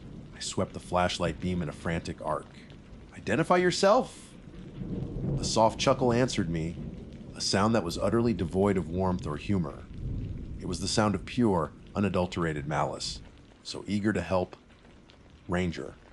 The voice lingered on the word ranger, as if it were a particularly amusing joke. My training kicked in a desperate, last-ditch effort. I am a Michigan Park Ranger. I am armed. Show yourself. The dragging sound resumed, closer this time, directly in front of me, just beyond the reach of my flashlight beam. Thump, thump. And then a low guttural moan, a sound of immense suffering, but this time it wasn't the woman's voice. It was deeper, more animalistic. The fog swirled, and for a horrifying instant, I thought I saw a shape, a silhouette, tall and stooped, dragging something heavy. But then the mist thickened again, obscuring it, leaving me to question if I'd seen anything at all. "What do you want?" I asked, my voice barely a whisper now. The bravado was gone, replaced by a primal fear that was rapidly eroding my resolve. The whispering voice returned, slithering into my mind. "She led you here, so kind of her. We were so lonely." My blood turned to ice. The metallic scent, the one I'd noticed earlier, grew stronger, overpowering the smell of damp earth. It was cloying, sickeningly sweet, and then I saw it. A dark stain on the leaf litter, just at the edge of my flashlight's illumination. It was fresh. It was blood. A lot of it. The crying started again, but it was different now. It wasn't the sound of someone in distress. It was triumphant. And it wasn't coming from in front of me anymore. It was coming from behind me. I spun around, my flashlight beam shaking wildly. The path I had just struggled down, the narrow corridor through the trees, was gone. Or rather, it had changed. The trees seemed closer together, their branches more tightly interlaced, forming an impenetrable wall. The fog roiled, and within its depths, I saw them. Eyes, dozens of them. Pale, luminous eyes blinking slowly in the darkness, watching me. They weren't animal eyes. They were too knowing. Panic, cold, and absolute seized me. I was trapped. The sounds, the shoe, the scarf, it had all been a lure. A carefully laid trap in the heart of a haunted wood, and I had walked right into it. An unwitting pawn in a game I didn't understand. The whispers had been right. I was lost. And I was no longer alone. The mistake I'd made by not calling my position in, by venturing alone into the fog-shrouded unknown, was no longer just a breach of protocol. It was rapidly becoming a fight for my very survival against an enemy I couldn't see, couldn't comprehend, but whose malevolent presence was as real and as suffocating as the fog itself. The hunters had become the hunted, and I was the prey. The sight of those myriad eyes, luminous and unblinking in the swirling fog, shattered the last vestiges of my composure. The triumphant cry that had echoed from behind me now seemed to morph, twisting into a chorus of low, guttural chuckles that emanated from all around. It was the sound of a successful hunt, the predators closing in. My training, my years of experience, my service weapon, they all felt like children's toys against the suffocating, ancient malice that permeated these woods. "Stay back!" I screamed, the word tearing from my raw throat. I raised my sidearm, flashlight held tight beneath it, sweeping the beam in a desperate arc. The eyes remained unwavering, some low to the ground, others impossibly high in the gnarled branches. They weren't retreating, they were observing, patient, as if savoring my terror. The dragging sound returned, no longer in front or behind, but beside me, horribly close. Sh-thump, sh-thump. I didn't dare look. I couldn't. The metallic coppery scent of blood was now overpowering, mixed with an earthy, charnel house odor that made my stomach heave. Then the whispering voice, the one that had sounded like dry leaves, spoke again, its sibilant tone seeming to slither directly into my skull. "You came to offer assistance, Ranger Moon," so thoughtful. So generous. My mind reeled. They knew my name. How could they know my name? My radio was off. My vehicle was a considerable distance away. Had I said it aloud earlier? I couldn't remember. My thoughts were a chaotic jumble of fear and disbelief. A shape began to coalesce from the fog to my right, a vague, humanoid silhouette that seemed to drink the light from my flashlight. It was tall, unnaturally so, its limbs elongated and jointed at odd angles. I couldn't make out features, only that it was a deeper patch of darkness within the already oppressive gloom. This was no animal. This was no lost hiker or local prankster. This was something other. "What are you?" I managed to choke out, my voice a pathetic squeak. The chorus of chuckles intensified, a dry, rustling cacophony. The silhouette took a step, a slow, deliberate movement that was somehow more terrifying than a sudden rush.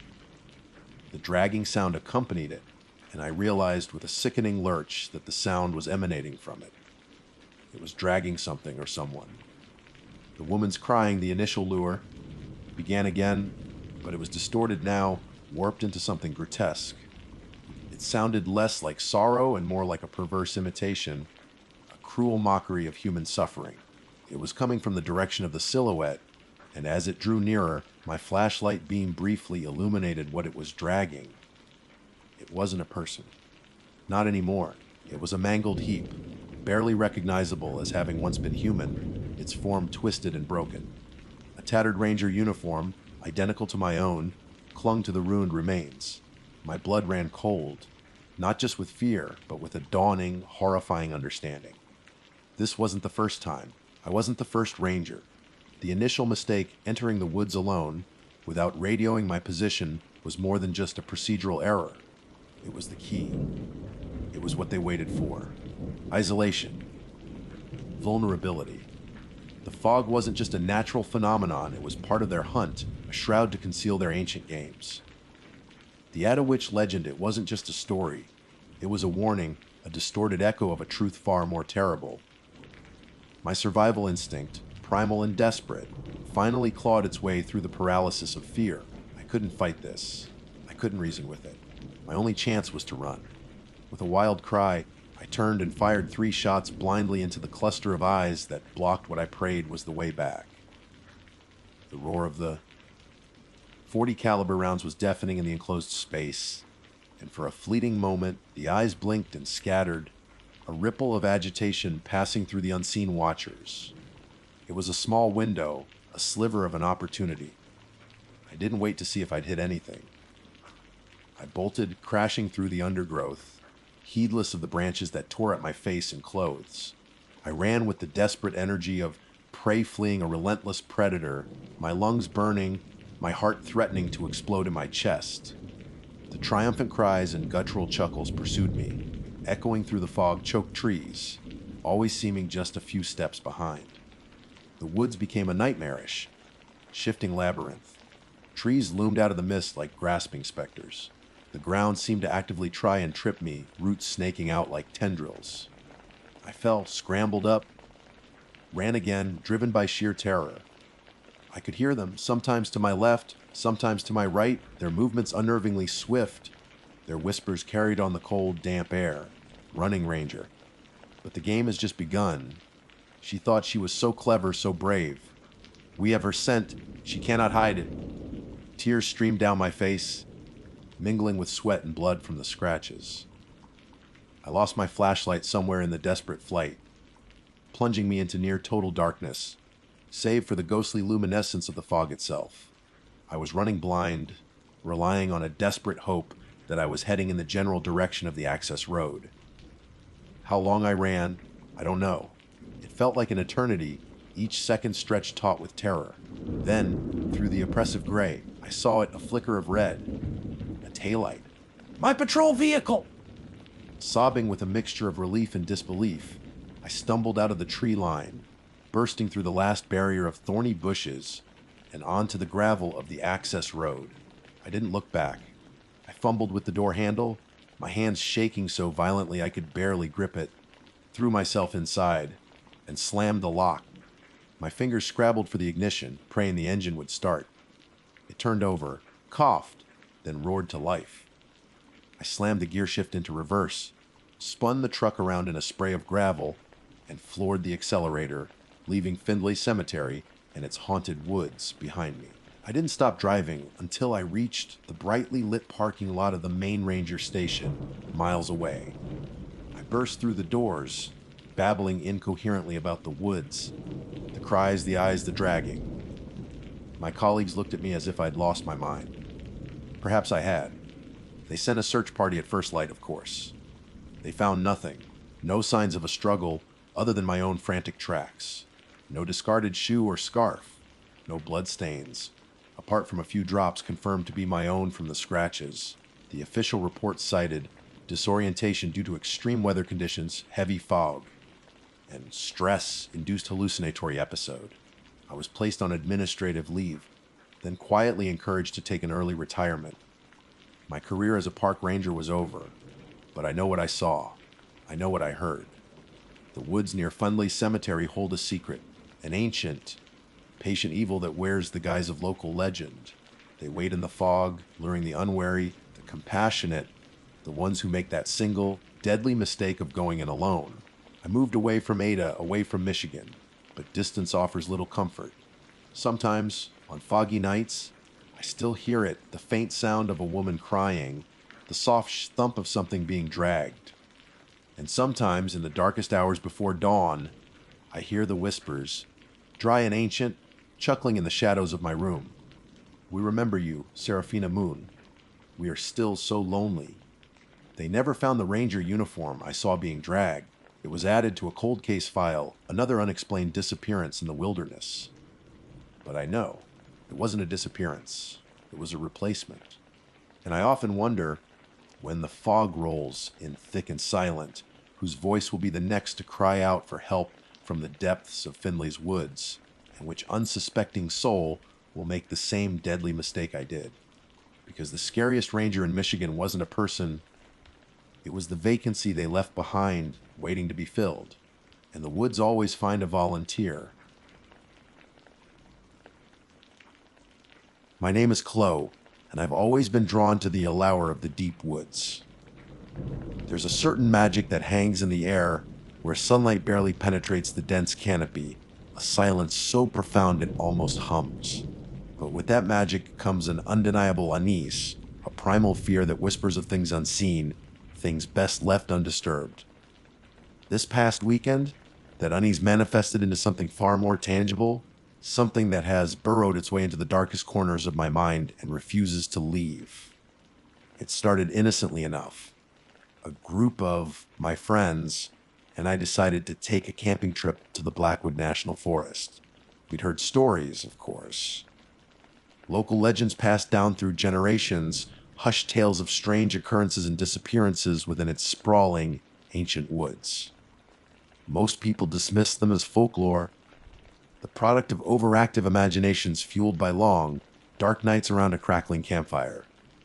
I'd always found them intriguing, a little shiver of excitement mixed with a healthy dose of skepticism. This time, however, the stories would prove to be more than just campfire tales. The drive to the campsite was uneventful, filled with the usual banter and excitement that accompanies a weekend getaway. We arrived in the late afternoon, the long shadows of the trees already stretching across the forest floor. The air was crisp and carried the scent of pine needles and damp earth. We quickly set up our tents in a secluded clearing we'd found off the main trail, the only sounds the rustling of leaves in the gentle breeze and the distant chirping of birds. As dusk began to settle, painting the sky in hues of orange and purple, we started a fire.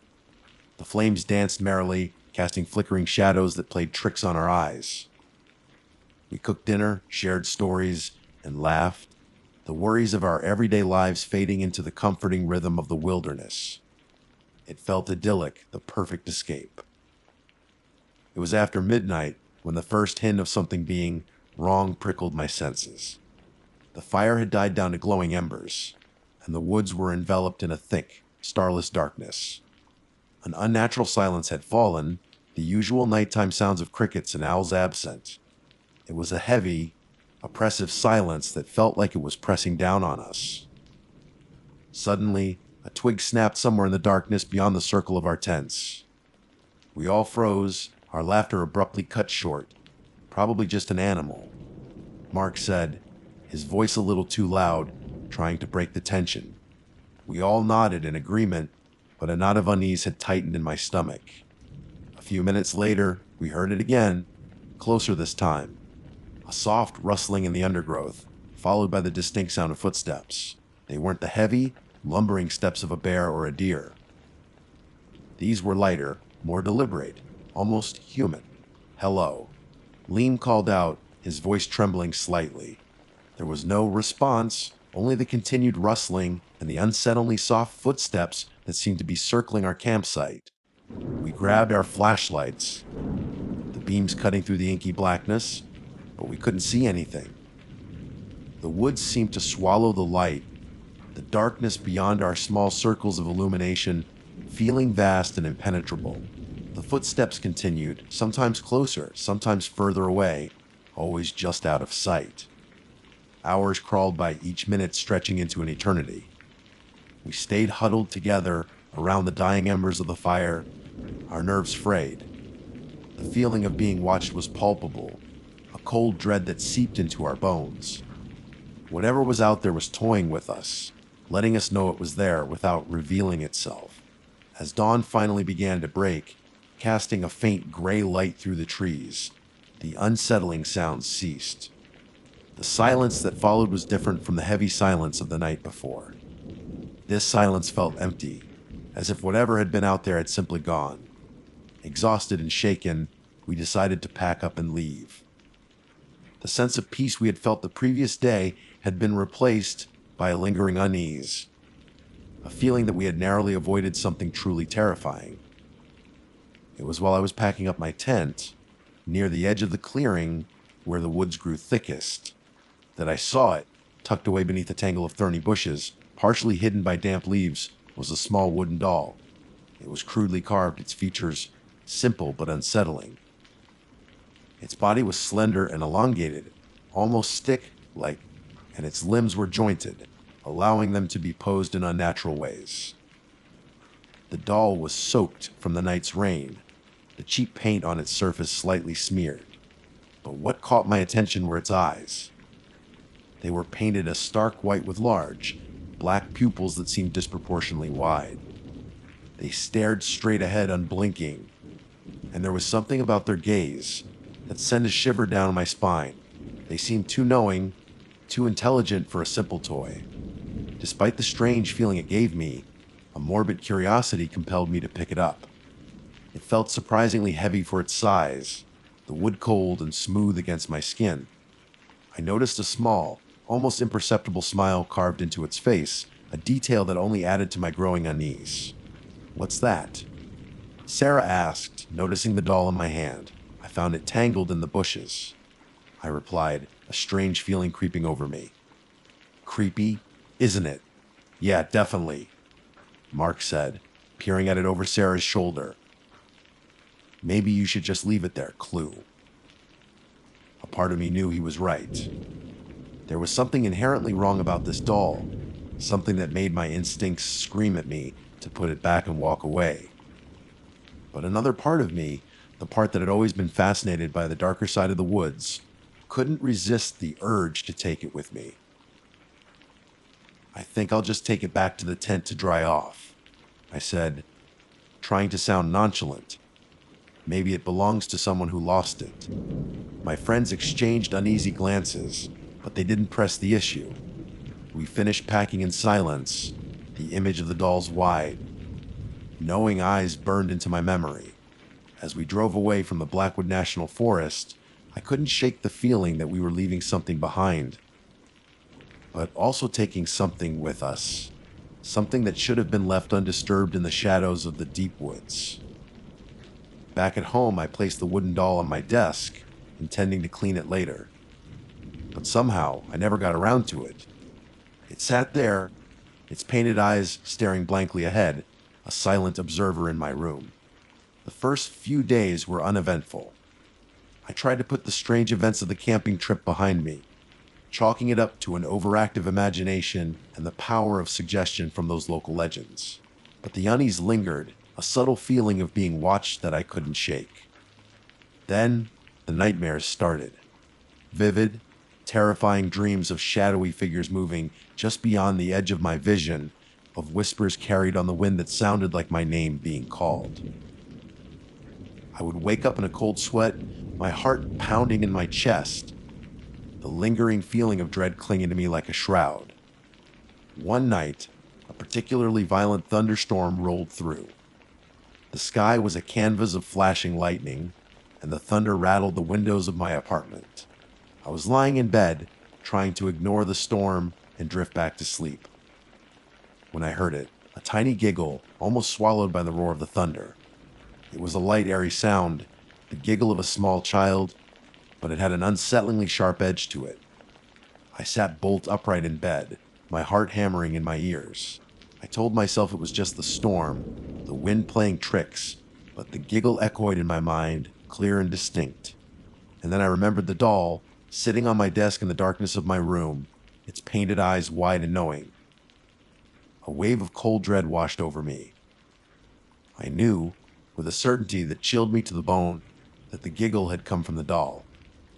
The next day, the thunderstorm had passed, leaving behind a damp and muggy air.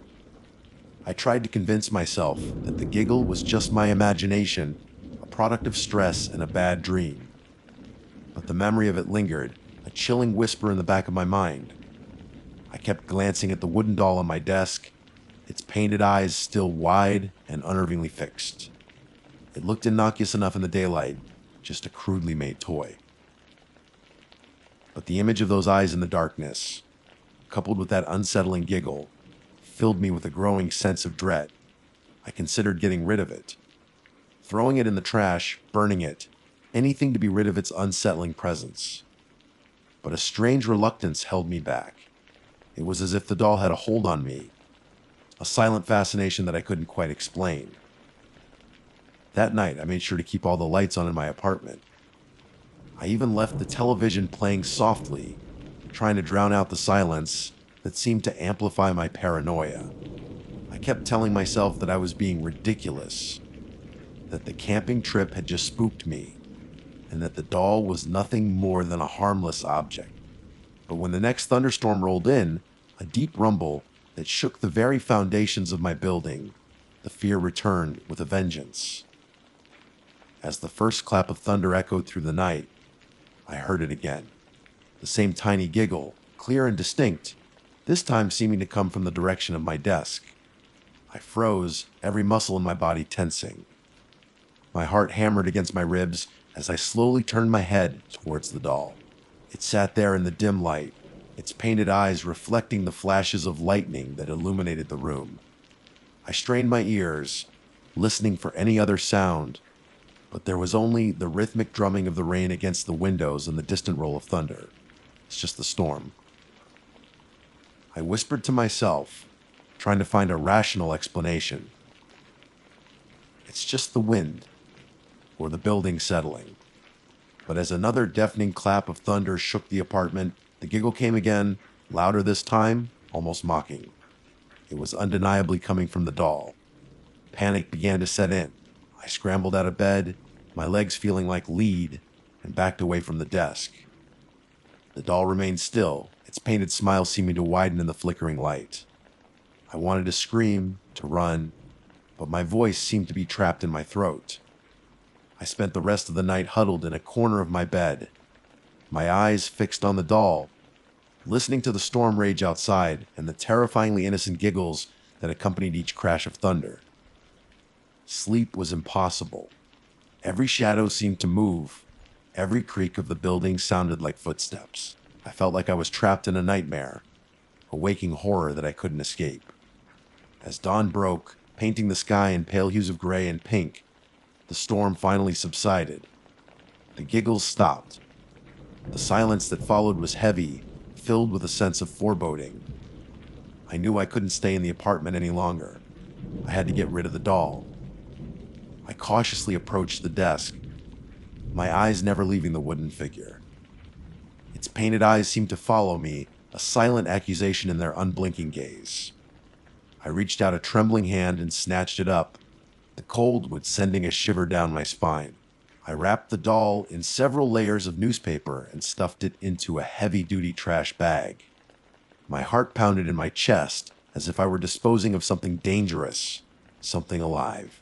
I carried the bag out to the dumpster, my eyes darting around nervously, feeling like I was being watched. As I tossed the bag into the dumpster with a heavy thud, a wave of relief washed over me. I felt lighter, as if a great weight had been lifted from my shoulders. I told myself that this was the end of it, that the creepy doll and its unsettling giggles were finally gone. But that night, the nightmares returned, worse than before. This time, the shadowy figures in my dreams were clearer, their forms more defined. They were tall and gaunt, with long, spindly limbs and glowing red eyes. They moved with an unnatural grace, their bodies contorting in ways that defied human anatomy, and their whispers, carried on the wind, were no longer just my name. They were something else, something ancient and malevolent, a language I didn't understand but felt deep within my bones. I woke up screaming, the image of those glowing red eyes seared into my mind. I knew, with a chilling certainty, that getting rid of the doll hadn't been enough. It had been a conduit, a focus for something far more sinister. Over the next few days, strange things continued to happen. I would hear faint scratching sounds coming from inside the walls of my apartment. Objects would move on their own. I would catch fleeting glimpses of shadows in the periphery of my vision. The feeling of being watched intensified, becoming a constant, suffocating presence. I started doing some research online, desperate to find some explanation for what was happening. I stumbled upon forums and websites dedicated to paranormal phenomena and local folklore. It was there that I first read about the legends of the Blackwood National Forest, tales that went far beyond simple ghost stories. I learned about the Skinwalker, a shape-shifting creature from Native American mythology said to be able to transform into any animal it desires. Legends spoke of them inhabiting remote forests and wildlands, preying on unsuspecting travelers, mimicking voices to lure victims to their doom. The descriptions in the old stories sent a shiver down my spine. Tall, gaunt figures with glowing red eyes, moving with unnatural agility, it all mirrored the creatures in my nightmares. The more I read, the more convinced I became that what we had encountered in the Blackwood National Forest wasn't just some wild animal or a figment of our imaginations. We had stumbled upon something ancient and evil, and somehow I had brought a piece of it back with me. The doll, I realized, wasn't just a creepy toy. It was a fetish, an object imbued with a dark energy, perhaps even a physical representation of the Skinwalker's malevolent presence. By bringing it into my tent, I had unknowingly invited something terrifying into my life. One evening, I came home from work to find my apartment door slightly ajar. My heart leaped into my throat. I cautiously pushed the door open and stepped inside, my senses on high alert. The apartment was silent, but there was a palpable tension in the air, a feeling that something was terribly wrong. As I made my way through the living room, I noticed something out of place on the floor. It was the newspaper I had used to wrap the doll. It was torn and crumpled, as if something had ripped its way out. A cold dread washed over me. I slowly turned my gaze towards my desk, the spot where I had left the wrapped doll before throwing it away. It was empty. Panic seized me. I frantically searched the apartment, my calls for help echoing in the silence. Every closet, every corner, every shadow held a potential threat. But the doll was nowhere to be found. Then I heard it. A faint scratching sound coming from my bedroom. It was followed by a soft, almost childlike giggle. My blood ran cold. I slowly made my way towards the bedroom door, my hand trembling as I reached for the doorknob. I could hear the giggling more clearly now, closer, more insidious. Taking a deep breath, I flung the door open. The room was dark, the only light filtering in from the hallway. And then I saw it. Sitting on my bed, in the center of the darkness, was the wooden doll. Its painted eyes gleamed in the dim light, and its small, carved smile seemed wider than before, twisted into something truly malevolent. And then it spoke. Its voice was high and ready, like the whisper of dry leaves, but laced with a chilling undertone of ancient malice. "You shouldn't have left me behind, Clue." The doll's voice, that dry, rustling whisper, seemed to slither into my mind, bypassing my ears altogether. It resonated with a cold, ancient power that made my blood run cold. I stood frozen in the doorway, my mind reeling, unable to comprehend what was happening. A child's toy shouldn't speak. It shouldn't possess such palpable malice. The doll remained seated on my bed, its painted eyes fixed on me, that grotesque smile still etched onto its wooden face. It tilted its head slightly, the movement jerky and unnatural, and giggled again, a sound that sent shards of ice through my veins. "You were curious, weren't you, Clue?" It rasped, its voice like the scraping of bone on stone. "You felt the darkness in the woods, the hunger, and you brought me home." Understanding dawned on me, cold and terrifying. The doll wasn't just a random object I found. It was a vessel, a tether. Something had used it to cross over, to enter my world. And that something, I knew with a sickening certainty, was connected to the legends of the Skinwalker. What are you?" I stammered, my voice barely a whisper. The doll's giggle echoed in the darkness. So many names. The whisper in the trees. The shadow in the corner of your eye. The hunger that never sleeps. Its gaze intensified, the black pupils in its painted eyes seeming to dilate, to swallow the dim light of the hallway. But you can call me what you like. It doesn't change what I am. Fear gave way to a surge of adrenaline. I knew I had to get out of the apartment, to escape this nightmare. I took a step back, intending to flee, but the doll's voice stopped me. "Leaving so soon, Chloe. We've only just begun to have fun." As it spoke, the shadows in the room seemed to deepen, to coalesce into indistinct shapes.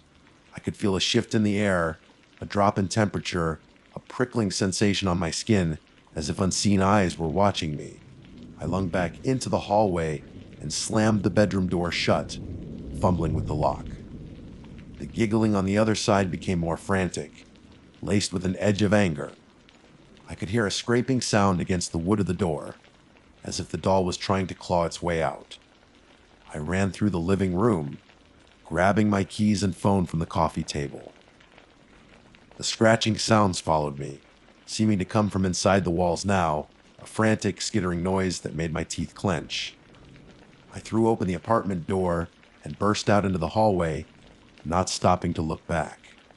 I ran down the stairs, my heart pounding in my chest, the sound of the doll's laughter echoing in my ears. I didn't stop running until I was out of the building and standing on the street, gasping for breath in the cool night air. I looked back at my apartment building, the windows dark and silent. But in my mind's eye, I could still see the doll sitting on my bed, its painted eyes gleaming, its smile wide and knowing. I called my friends, my voice trembling as I recounted the terrifying events of the past few days. They were skeptical at first, but the sheer panic in my voice convinced them that something was seriously wrong. Mark and Liam drove over immediately, their faces pale with concern. We didn't go back into the apartment that night. We stayed in a cheap motel, the fluorescent lights and the constant hum of the air conditioning offering a small measure of comfort. But even there, I couldn't shake the feeling of being watched. Every shadow seemed to hold a lurking presence. Every unexpected sound made me jump.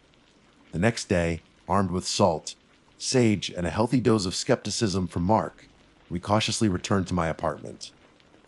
The bedroom door was still locked, but the silence inside was heavy and unsettling. We opened the door slowly, our hearts pounding in our chests. The room was empty. The doll was gone. We searched the entire apartment, every nook and cranny, but there was no sign of it. It had vanished without a trace. My friends urged me to call the police, to tell someone what had happened. But what could I say? That a wooden doll had spoken to me, that I was being haunted by something I believed to be a skinwalker. They would think I was crazy. In the end, I decided to move. I couldn't stay in that apartment any longer, knowing what had happened there. I packed my belongings in a frenzy, my eyes constantly darting around, half expecting the doll to reappear at any moment. I haven't seen the doll since that day. I moved to a different city, hundreds of miles away from the Blackwood National Forest. I try not to think about what happened, to dismiss it as a bad dream, a figment of my overactive imagination. But sometimes, late at night, when a storm rolls in and the thunder cracks overhead, I hear it. A faint, almost imperceptible giggle, just for a moment, swallowed by the roar. And in those moments, the cold dread returns, and I know that whatever I brought back from the woods that weekend is still out there waiting. Perhaps it's just the memory playing tricks on me. Or perhaps it's a reminder that some things, once awakened, never truly go away. And that sometimes the most innocent looking objects can hold the most terrifying secrets. I still have nightmares about those glowing red eyes and the whisper that promised morbid fun. I try to forget, but the woods remember, and so does the doll, wherever it may be. My name is Frank Kowalski, and for the better part of 2 decades, my office has been the sprawling, green expanse of the Allegheny National Forest. Badge number 73. For 20 years, the steady rhythm of the seasons has been the metronome of my life, the thaw of spring, the dense humidity of summer, the glorious, fiery decay of autumn, and the deep, silent blanket of winter. I've patrolled these logging roads, hiked these trails, and known the language of this forest better than I know the chatter of men, the snap of a twig, the call of a specific bird, the scent of rain on dry earth. These were my vocabulary, the constants in a world that always made sense. I'm not a man given to flights of fancy. In this line of work, you deal in fax poaching, illegal dumping, lost hikers, and the occasional forest fire. The woods are dangerous, yes, but their dangers are predictable, understandable. Or so I had convinced myself. The change began subtly, a discordant note in a familiar symphony. It started with the deer. Normally white-tailed deer are skittish but logical creatures. They fear cars, they fear the scent of predators, and they bolt at the sound of a human voice. But this was different. I'd find them on the shoulders of Route 6 to 66, not grazing, but standing rigid, their bodies quivering as if from an intense cold, though the air was mild. Their eyes were the worst part.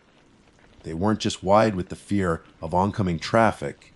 They were glassy, reflecting a terror so profound it seemed to have burned out all other instincts.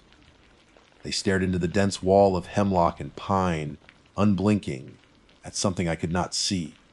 More than once, I had to use my truck's air horn to break their trance, only for them to crash blindly into the undergrowth, sometimes even toward the road itself. It was a suicidal panic, and it was wrong.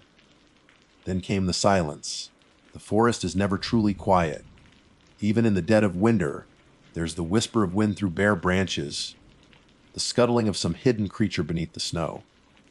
But I began to find patches, entire hollows and stretches of trail, where all sound had ceased to exist. It wasn't peaceful. It was a vacuum. The air felt heavy, pressing in on my eardrums. The usual hum of insects, the chirping of chickadees, the rustle of squirrels in the leaf, litter, all of it, gone. The first time it happened, I was in the Hickory Creek Wilderness area. I stopped my truck and got out, thinking my hearing had gone. I stood in the middle of the dirt road, surrounded by ancient trees, and the silence was so absolute it was disorienting. It felt like the world was holding its breath, waiting for a predator far greater than any bear or coyote to pass by. I found myself reaching for the comforting, solid weight of the service pistol on my hip, a gesture I hadn't made out of genuine unease in years. I tried to rationalize it. A new strain of chronic wasting disease for the deer, perhaps affecting their brains. A localized environmental anomaly for the silence, an atmospheric pressure change maybe. I mentioned it to Dave, a younger ranger who still had the shine of the academy on his boots. He laughed it off over coffee at the station. Getting spooked in your old age. Frank, he chuckled. It's just the woods being the woods. His dismissal stung more than I let on. It made me feel foolish, like a man seeing ghosts in the shadows of his own exhaustion. For 20 years, I was the one who calmed the tourists, who explained away the strange noises as nothing more than a raccoon or the wind. Now, I was the one feeling the prickle of fear on my own neck. The feeling of being watched became a constant companion on my patrols. It was a classic sign of paranoia, I told myself, but the sensation was undeniable. It felt like eyes were following me from the deep shadows between the trees, a cold, analytical gaze. I'd stop and scan the woods, my eyes tracing the bark of every tree, the shape of every fern. Nothing. Just the forest, impassive and ancient. But the feeling remained, a weight on my shoulders that wouldn't lift until I was back in the stereo, fluorescent lighting of the ranger station. The breaking point, the moment my professional skepticism finally shattered, came on a damp Tuesday in late autumn. A call came in about an abandoned campsite near the Tionesta Scenic area. It wasn't unusual, people often left a mess. But when I arrived, the scene was chillingly pristine and deeply wrong. A high-quality tent was pitched perfectly. 2 sleeping bags were unrolled inside. Outside, a camp stove held a pot with half-cooked pasta, the water now cold and greasy. A lantern sat on the picnic table, its fuel spent. 2 coffee mugs were half full. Most unnerving of all, a car was parked just 50 feet away, unlocked, with a set of keys sitting neatly on the driver's seat. There were no signs of a struggle, no animal tracks, save for a few curious chipmunks. It looked as if the occupants, a young couple according to the vehicle registration, had simply vanished into thin air mid-activity.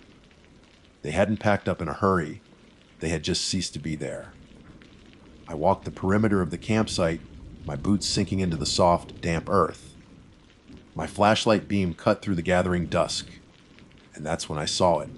Carved into the thick bark of a massive beech tree overlooking the campsite was a symbol. It was not a heart with initials, or any graffiti I recognized. It was a complex, geometric shape, a circle with a single vertical line running through it, intersected by 3 horizontal lines.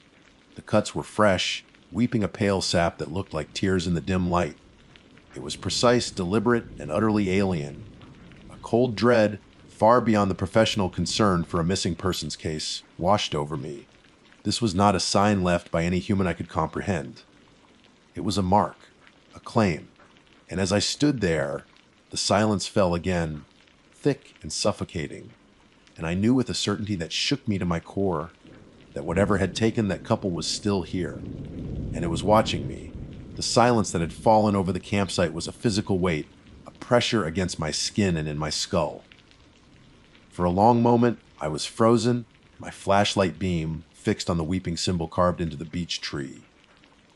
Every instinct, honed by 20 years in the wilderness, screamed at me to draw my weapon, to turn and run, to do anything but stand there, exposed and vulnerable.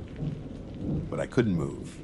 The feeling of being watched intensified, shifting from a vague unease into a tangible, malevolent presence. It was as if the darkness between the trees had coalesced into a single entity, and its attention was focused entirely on me.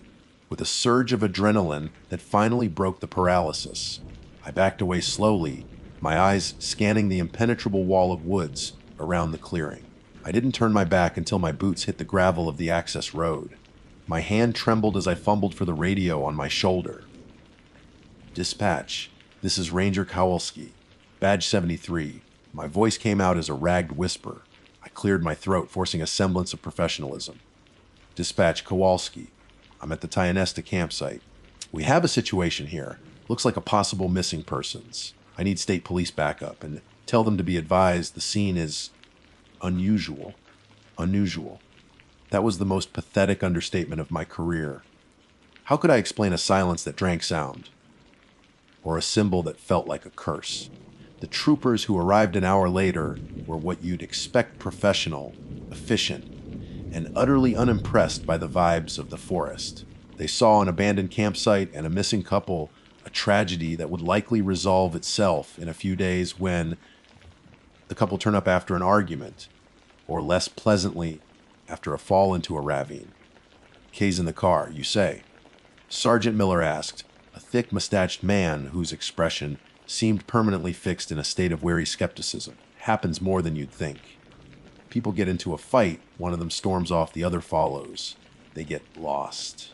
Look at the camp, Sergeant. I insisted, my voice tight. Nothing is packed. Their dinner is still in the pot. They left everything as if they were just going to sit back down. And what about this? I shone my high-powered flashlight on the symbol carved into the tree. Miller glanced at it, then back at me. Vandalism. Some local kids with a weird hobby. The cuts are fresh, I pressed. And I've never seen anything like it. It doesn't look like any gang sign or local graffiti I know. He sighed, the sound of a man dealing with what he clearly perceived as an over-imaginative woodsman. Frank, we'll put out a bulo. We'll get forensics to dust the car, though I doubt they'll find much. For now, we treat it as a standard missing persons case. Don't go spinning yarns about UFOs and Bigfoot. All right? It just complicates the paperwork. His condescension was a wall I couldn't break through. They cordoned off the area with yellow tape that looked garish and flimsy against the ancient forest. To them, the case was about procedure and paperwork. To me, that tape felt like a laughable attempt to contain a cancer they couldn't even see. I was dismissed, told to file my report and let the professionals handle it. As I drove away, the image of that symbol was burned into the back of my eyes. It wasn't vandalism. It was a signature. The days that followed were a descent into obsession. The missing couple, a pair of college students from Pittsburgh, were never found. Their faces on the news posters smiled out at a world they had simply stepped away from.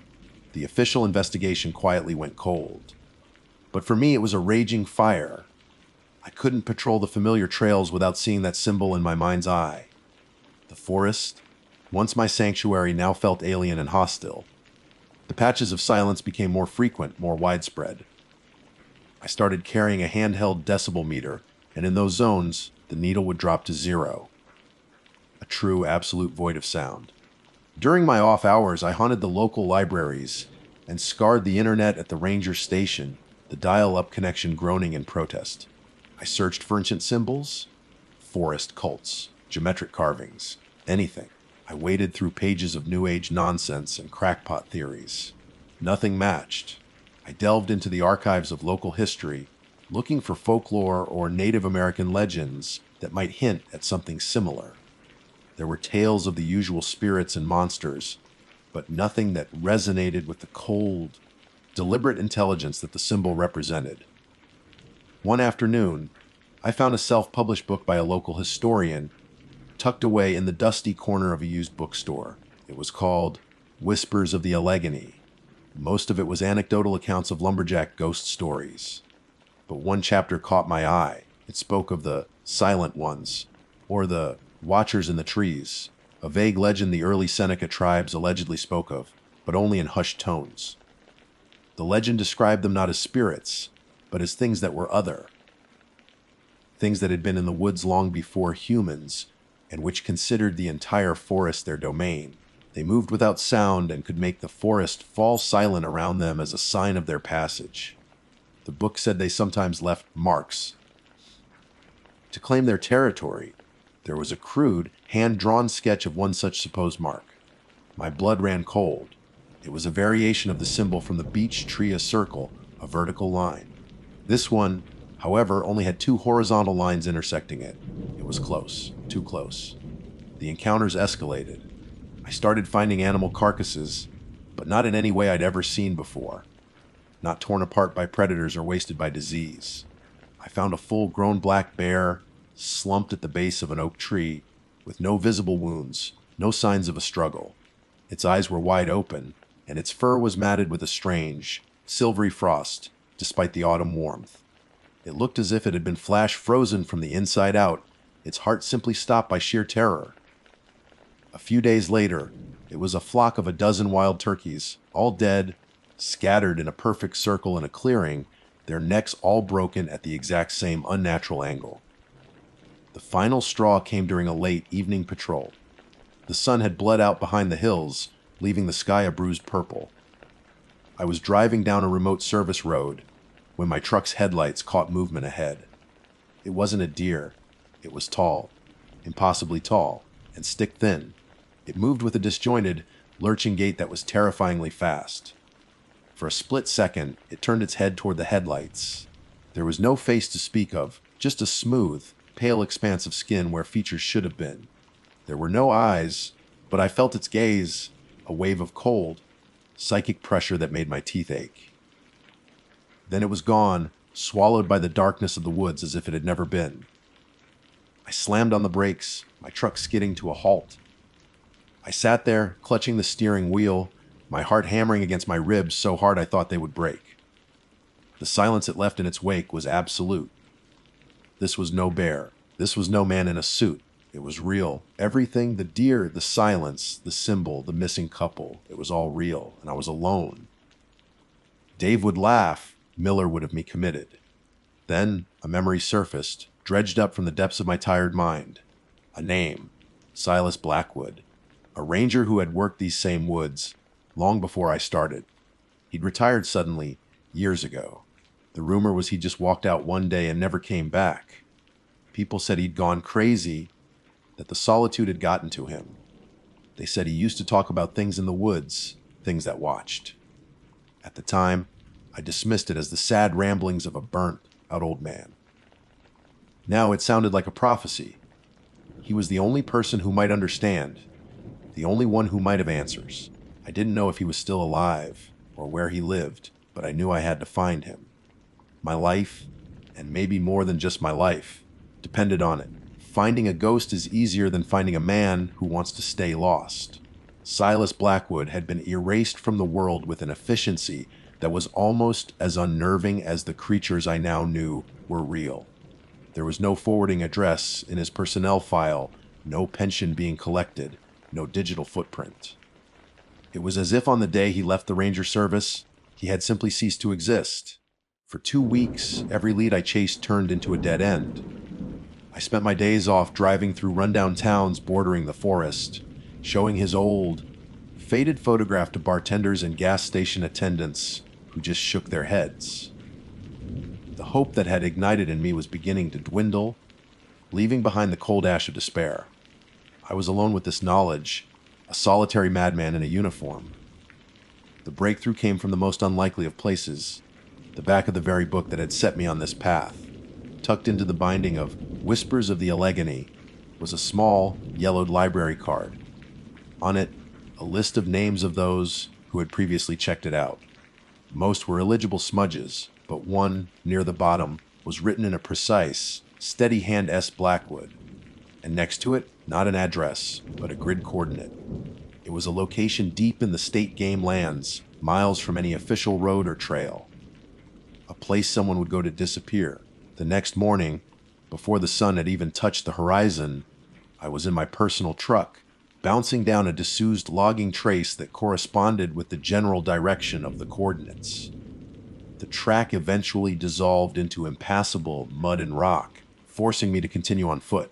I pushed through miles of dense, unforgiving wilderness, my compass my only guide. The air grew heavier, the woods more claustrophobic. Twice, I stumbled into patches of that suffocating silence, and both times I drew my pistol, my heart pounding, as I scrambled out of the invisible boundary. This was their territory. I was an intruder. Finally, after hours of hiking, I found it. A small, dilapidated cabin nestled in a forgotten hollow, almost completely consumed by the surrounding forest. It was more fortress than home.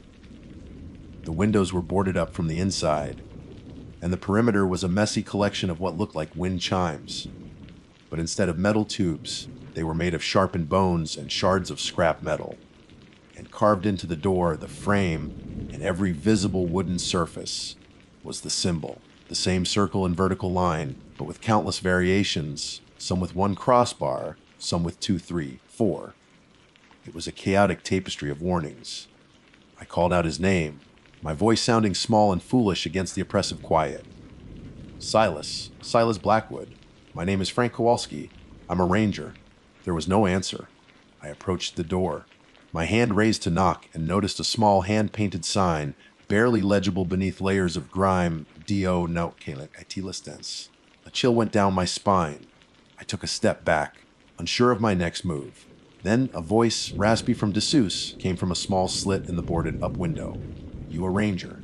Yes, I said, holding up my badge. I need to talk to you. About the woods. About what's in them. The slit slammed shut.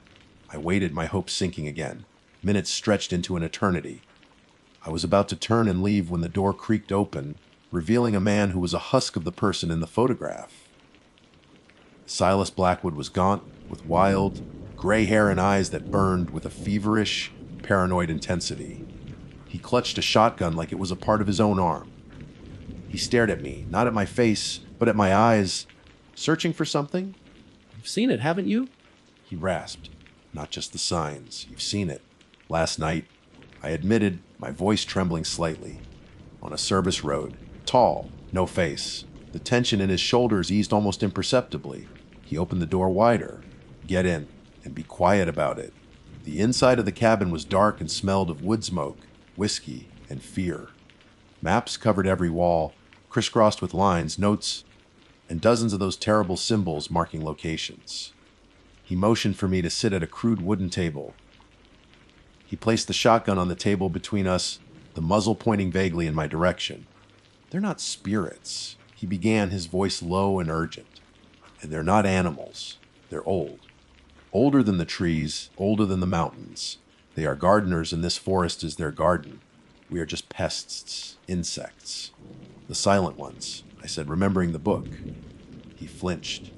Don't use the names. Names have power. Words have power. Sound is what they notice. It's how they hunt. He explained that the silence wasn't just a byproduct of their presence. It was a weapon. A field they project to deaden the world, to isolate their prey in a sensory deprivation tank of pure terror before they harvested. Harvested for what? I asked. Fear, adrenaline, the raw energy of a panicked mind. It's food to them. Like salt licks for deer, he said, his eyes distant. That couple at the campsite, they were a meal. The animals you found, appetizers. He pointed a trembling finger at the maps. The symbols are the key.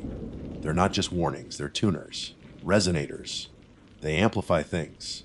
The one at the campsite, the one with 3 bars, that's a lure. It amplifies the emotional residue in a location, draws them to it like moths to a flame. The campers were probably happy, content, a perfect beacon, and the one in the book with 2 bars. A ward, Silas whispered, a weak one. It disrupts their senses, makes an area taste bad to them. That's what I've been trying to figure out. The right frequency, the right symbol to make a shield. A way to be invisible. He gestured around the cabin at the frantic carvings. I'm still guessing. Sometimes it works. Sometimes he trailed off, his gaze falling on the shotgun. Why me? Why now? I asked. I've been here 20 years and never seen a thing until this last month. Because you started to see, he said, leaning forward, his intensity terrifying. They ignore what doesn't notice them. You're a rock in the river. For 20 years, the water just flowed around you. But then you saw the spooked deer. You felt the silence. You found the symbol. You started looking for them. And once you look, they look back. That thing you saw on the road, it wasn't just passing by Frank. It was coming for you. You've been marked. As the weight of his words settled in the small, dark cabin, a new sound began. Or rather, an unsound. From outside, the gentle hum of the forest. The crickets, the wind, the life that had returned after I'd arrived, began to fade. My decibel meter, which I'd left clipped to my belt, flickered and then flatlined. 0. Silas's eyes widened in sheer terror. He stared past me toward the boarded-up window. Oh, God, he breathed, his knuckles white on the stock of his shotgun. We talked too much. We said the words. You led it right to me. A soft, scraping sound came from the roof, the noise of something impossibly heavy dragging itself across the shingles. Then, a scratching at the door. Not the frantic clawing of an animal, but the slow, deliberate scrape of something testing the wood, testing the symbols carved into it. I drew my pistol, my hands slick with sweat. The room was plunged into a cold that had nothing to do with the temperature. The pressure in my skull was immense. The feeling of being watched was no longer a vague sensation from the woods. It was a concrete certainty. Right outside the door, its faceless gaze boring through the wood, through my skull, tasting the fear that was now a scream in my mind. And in that absolute, crushing silence, I knew we weren't just being hunted. We were the main course.